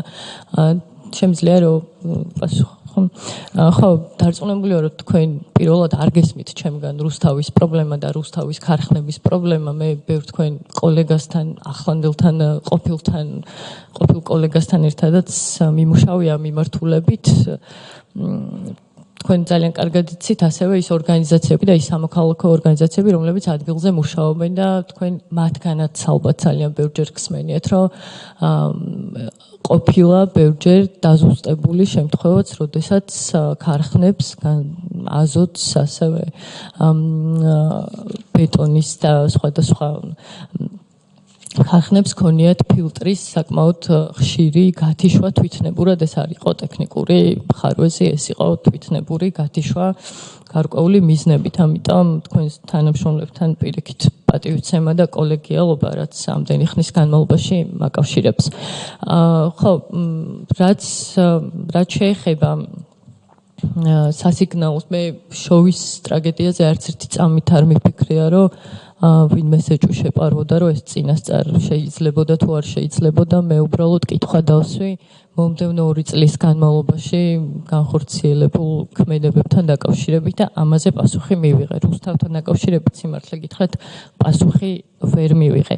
აქვე ერთ კითხვაცაც დაგისვავთ, ამაზე უბრალოდ მჭირდება დაზუსტება და ინფორმაციის მოცემა. 1 ოქტომბერს გამოიცა განკარგულება ბაკურიანში პლატოზე მდებარე ტყის მასივს ჩამოერთვა სახელმწიფო ტყის სტატუსი. დაახლოებით 5 ჰექტრამდე ტერიტორია არის, ეს არის ზუსტად 49256 კვადრატული მეტრი. ამაზე თუ გაქვთ რაიმე ინფორმაცია და თქვენ თუ გაქვთ ინფორმაცია, რატომ? ან ხალბატონმა იქნებ თქვენ გქონდეთ. ქალბატონიკა დიდი მადლობა კითხვებისთვის, თუმცა დავაზუსტებ, რომ ქალბატონი ელენეს მისამართით არ არის არც რუსთავის შესახებ კითხვა რეალურად, იმიტომ ვეცადე, რომ მე უფრო მეტად დამეფარა, იმიტომ რომ ქალბატონ ელენემ თავისი სააგენტოს ჭილში, რომელიც კიდევ ერთხელ მეორე დახუნძურული, ასე ვთქვათ, ფუნქციებით, მაგრამ მე იმიტომ ვთქვი, რომ მონიტორინგი და ზედამხედველობა ამ შემთხვევაში ჩვენ გამიჯნული გვაქვს. ჩვენ ზუსტად ერთი კვირის წინ გქონდა კომიტეტის სხდომა და ჩვენ პერიოდულად რუსთავის მერის უშუალო მოთხოვნით და ჩვენი დეპუტატების, რომლებიც დაინტერესებულნი არიან, დღეს ბატონ ლექსო აქ არ გვესწრება რუსთავის საკითხებით, პერიოდულად წელიწადში ორჯერ, სამჯერ კომიტეტში აქ ვატარებთ ხოლმე სხდომებს, გარდა იმისა, რომ გავდივართ რუსთავში და მე რა ისტორიაც მოვყევი რუსთავთან დაკავშირებით, სამინისტროს კომიტეტის და რუსთავის მერიის ერთობლივი ინიციატივით წარიმართა და რა შედეგებსაც ჩვენ ვაღწევთ ეტაპობრივად ამასთან დაკავშირებით ვისმენთ ინფორმაციას გარემოსდაცვითი ზედამხედველობის დეპარტამენტიდან. ეს არის სამინისტროს საქვეუწყებო დაწესებულება, რომლის მოსმენა ჩვენ გქონდა ზუსტად წინა კომიტეტზე. ასე რომ კარგი იქნებოდა რომ დამთხოვდა ისე რომ თქვენ უკვე გაწევრიანებული ყოფილიყავით ჩვენ კომიტეტში, მაგრამ ასე ვთქვათ ერთი კვირით ავწდით, თუმცა თქვენ თუ დეტალები გაინტერესებთ, აპარატი მზად არის რომ გაგაცნოთ, მათ შორის მეც ჩვენ შეგვიძლია ცალკე ასე ვთქვათ გაგაცნოთ ჩანაწერი მათ შორის თუ რა პროცესები მიმდინარეობს. და ამასთან ერთად ჩვენ აუცილებლად კიდე გვექნება უახლოეს მომავალში რუსთავთან დაკავშირებით, ამ სესიაზე ვეღარ მოვასწრებთ, მაგრამ საგაზაფხულო სესიის დაწყებისთანავე გვექნება კვლავ შეხვედრა, თუმცა ერთს ვიტყვი, რომ აი ის საკითხი, რაზედაც თქვენ საუბრობთ, არა მხოლოდ რუსთავში, არამედ ბევრ სხვა ქალაქში შეიმჩნევა, როდესაც თუნდაც ეგრეთ წოდებული დრაბილკა იქნება თუ რაღაც საწარმო, მიუხედავად იმისა, რომ მასზე არაერთხელ არის გამოწერილი ჯარიმა და მოგეხსენებათ, რომ ჩვენ ჯარიმები ძალიან გავზარდეთ ჰარის დაბინძურების კუთხით და ეფექტიანობა გაიზარდა. არის შემთხვევები, როდესაც ისინი კვლავ თვითნებურად განაგრძობენ, ასე ვთქვათ, ჩართვას. და ამ შემთხვევაში ყოველთვის ვცდილობთ, რომ ზღვარი დავიჭიროთ. ჩვენ შეგვიძლია ყველანაირი ლიცენზია ნებართვა ჩამოვართვათ ყველა ქარხანას და ყველა ქარხანა გაჩერდეს ეტაპობრივად, მაგრამ ამის ნაცვლად სახელმწიფოს არჩეული აქვს, ასე ვთქვათ, ეტაპობრივად გამოსწორების გეგმა გრაფიკების რეჟიმი, რომლის ფარგლებსაც აკონტროლებს ზედამხედველობის დეპარტამენტი. დაახლოებით არის 85 თუ 95 საწარმო მთელი საქართველოს მასშტაბით, მათ შორის რუსთავი გამოირჩევა ბუნებრივია. და რაც შეეხება ტყის თემას, ესეც ქალბატონ ელენეს არ ეხება მის სააგენტოს და ეს არის სატყეო სააგენტოს თემა. ამ კონკრეტულ საკითხთან დაკავშირებით მე უბრალოდ არ მომწონს, რომ იგივეა ეს ჩეხების კვლევის თემა პიარულად მე პოლიტიკური მიზნებისთვის იქნა ძალიან ხშირად გამოყენებული და მოსახლეობის შეცდომაში შეყვანას ისახავდა მიზნად, როდესაც მათ შორის ერთი პერიოდი გვახსოვს, რომ ჰაერში ტყვიაო, ყველა გაიძახო და რაც რეალურად არ დადასტურდა. ასე რომ ამ დღესთან დაკავშირებითაც ჩვენ დამატებითი ინფორმაცია თუ თქვენ გაინტერესებთ, შეგვიძლია სატყეო სააგენტოსგან გამოვითხოვოთ, მაგრამ ერთს გეტყვით, რომ სატყეო ფართობის კორექტირება მიმდინარეობს პერმანენტულად. ეს არ არის რაღაც ტერიტორია, რომელსაც დაცული ტერიტორიის რომელიმე კატეგორიის სტატუსი აქვს, ასე რომ ყოველ კონკრეტულ შემთხვევაში შეფასებისა და გარემოებებიდან გამომდინარე შესაძლებელია სატყეო საზღვრების კორექტირება. კონკრეტულად რა საკითხია საუბარი, ამაზე ჩვენ დამატებით შეგვიძლია კომიტეტის შემდგომაც ვისაუბროთ. ამ შემთხვევაში ეს არ ეხება, ასე ვთქვათ, დღევანდელ განსახილველ დღის წესრიგს. თუ კითხვები არ არის, ძალიან დიდი მადლობა მინდა ვუთხრა ქალბატონ ელენეს, ასე ვთქვათ, პრაქტიკულად საათნახევარია ის ტრიბუნასთან დგას და პასუხობს ჩვენ კითხვებს. დიდი მადლობა მინდა ვუთხრა სამინისტროს თანამშრომლებს, კომიტეტის თითოეულ წევრს და ასევე კომიტეტის აპარატს. ძალიან დიდი მადლობა ქალბატონ ელენე, წარმატებებს გისურვებთ მუდმივი მხარდაჭერისთვის. და იმედია რომ საბიუჯეტო ასიგნების ფარგლებში ჩვენი შეიმჩნევა გათვალისწინებული. მადლობა. ამით კომიტეტის სხდომა დასრულებული.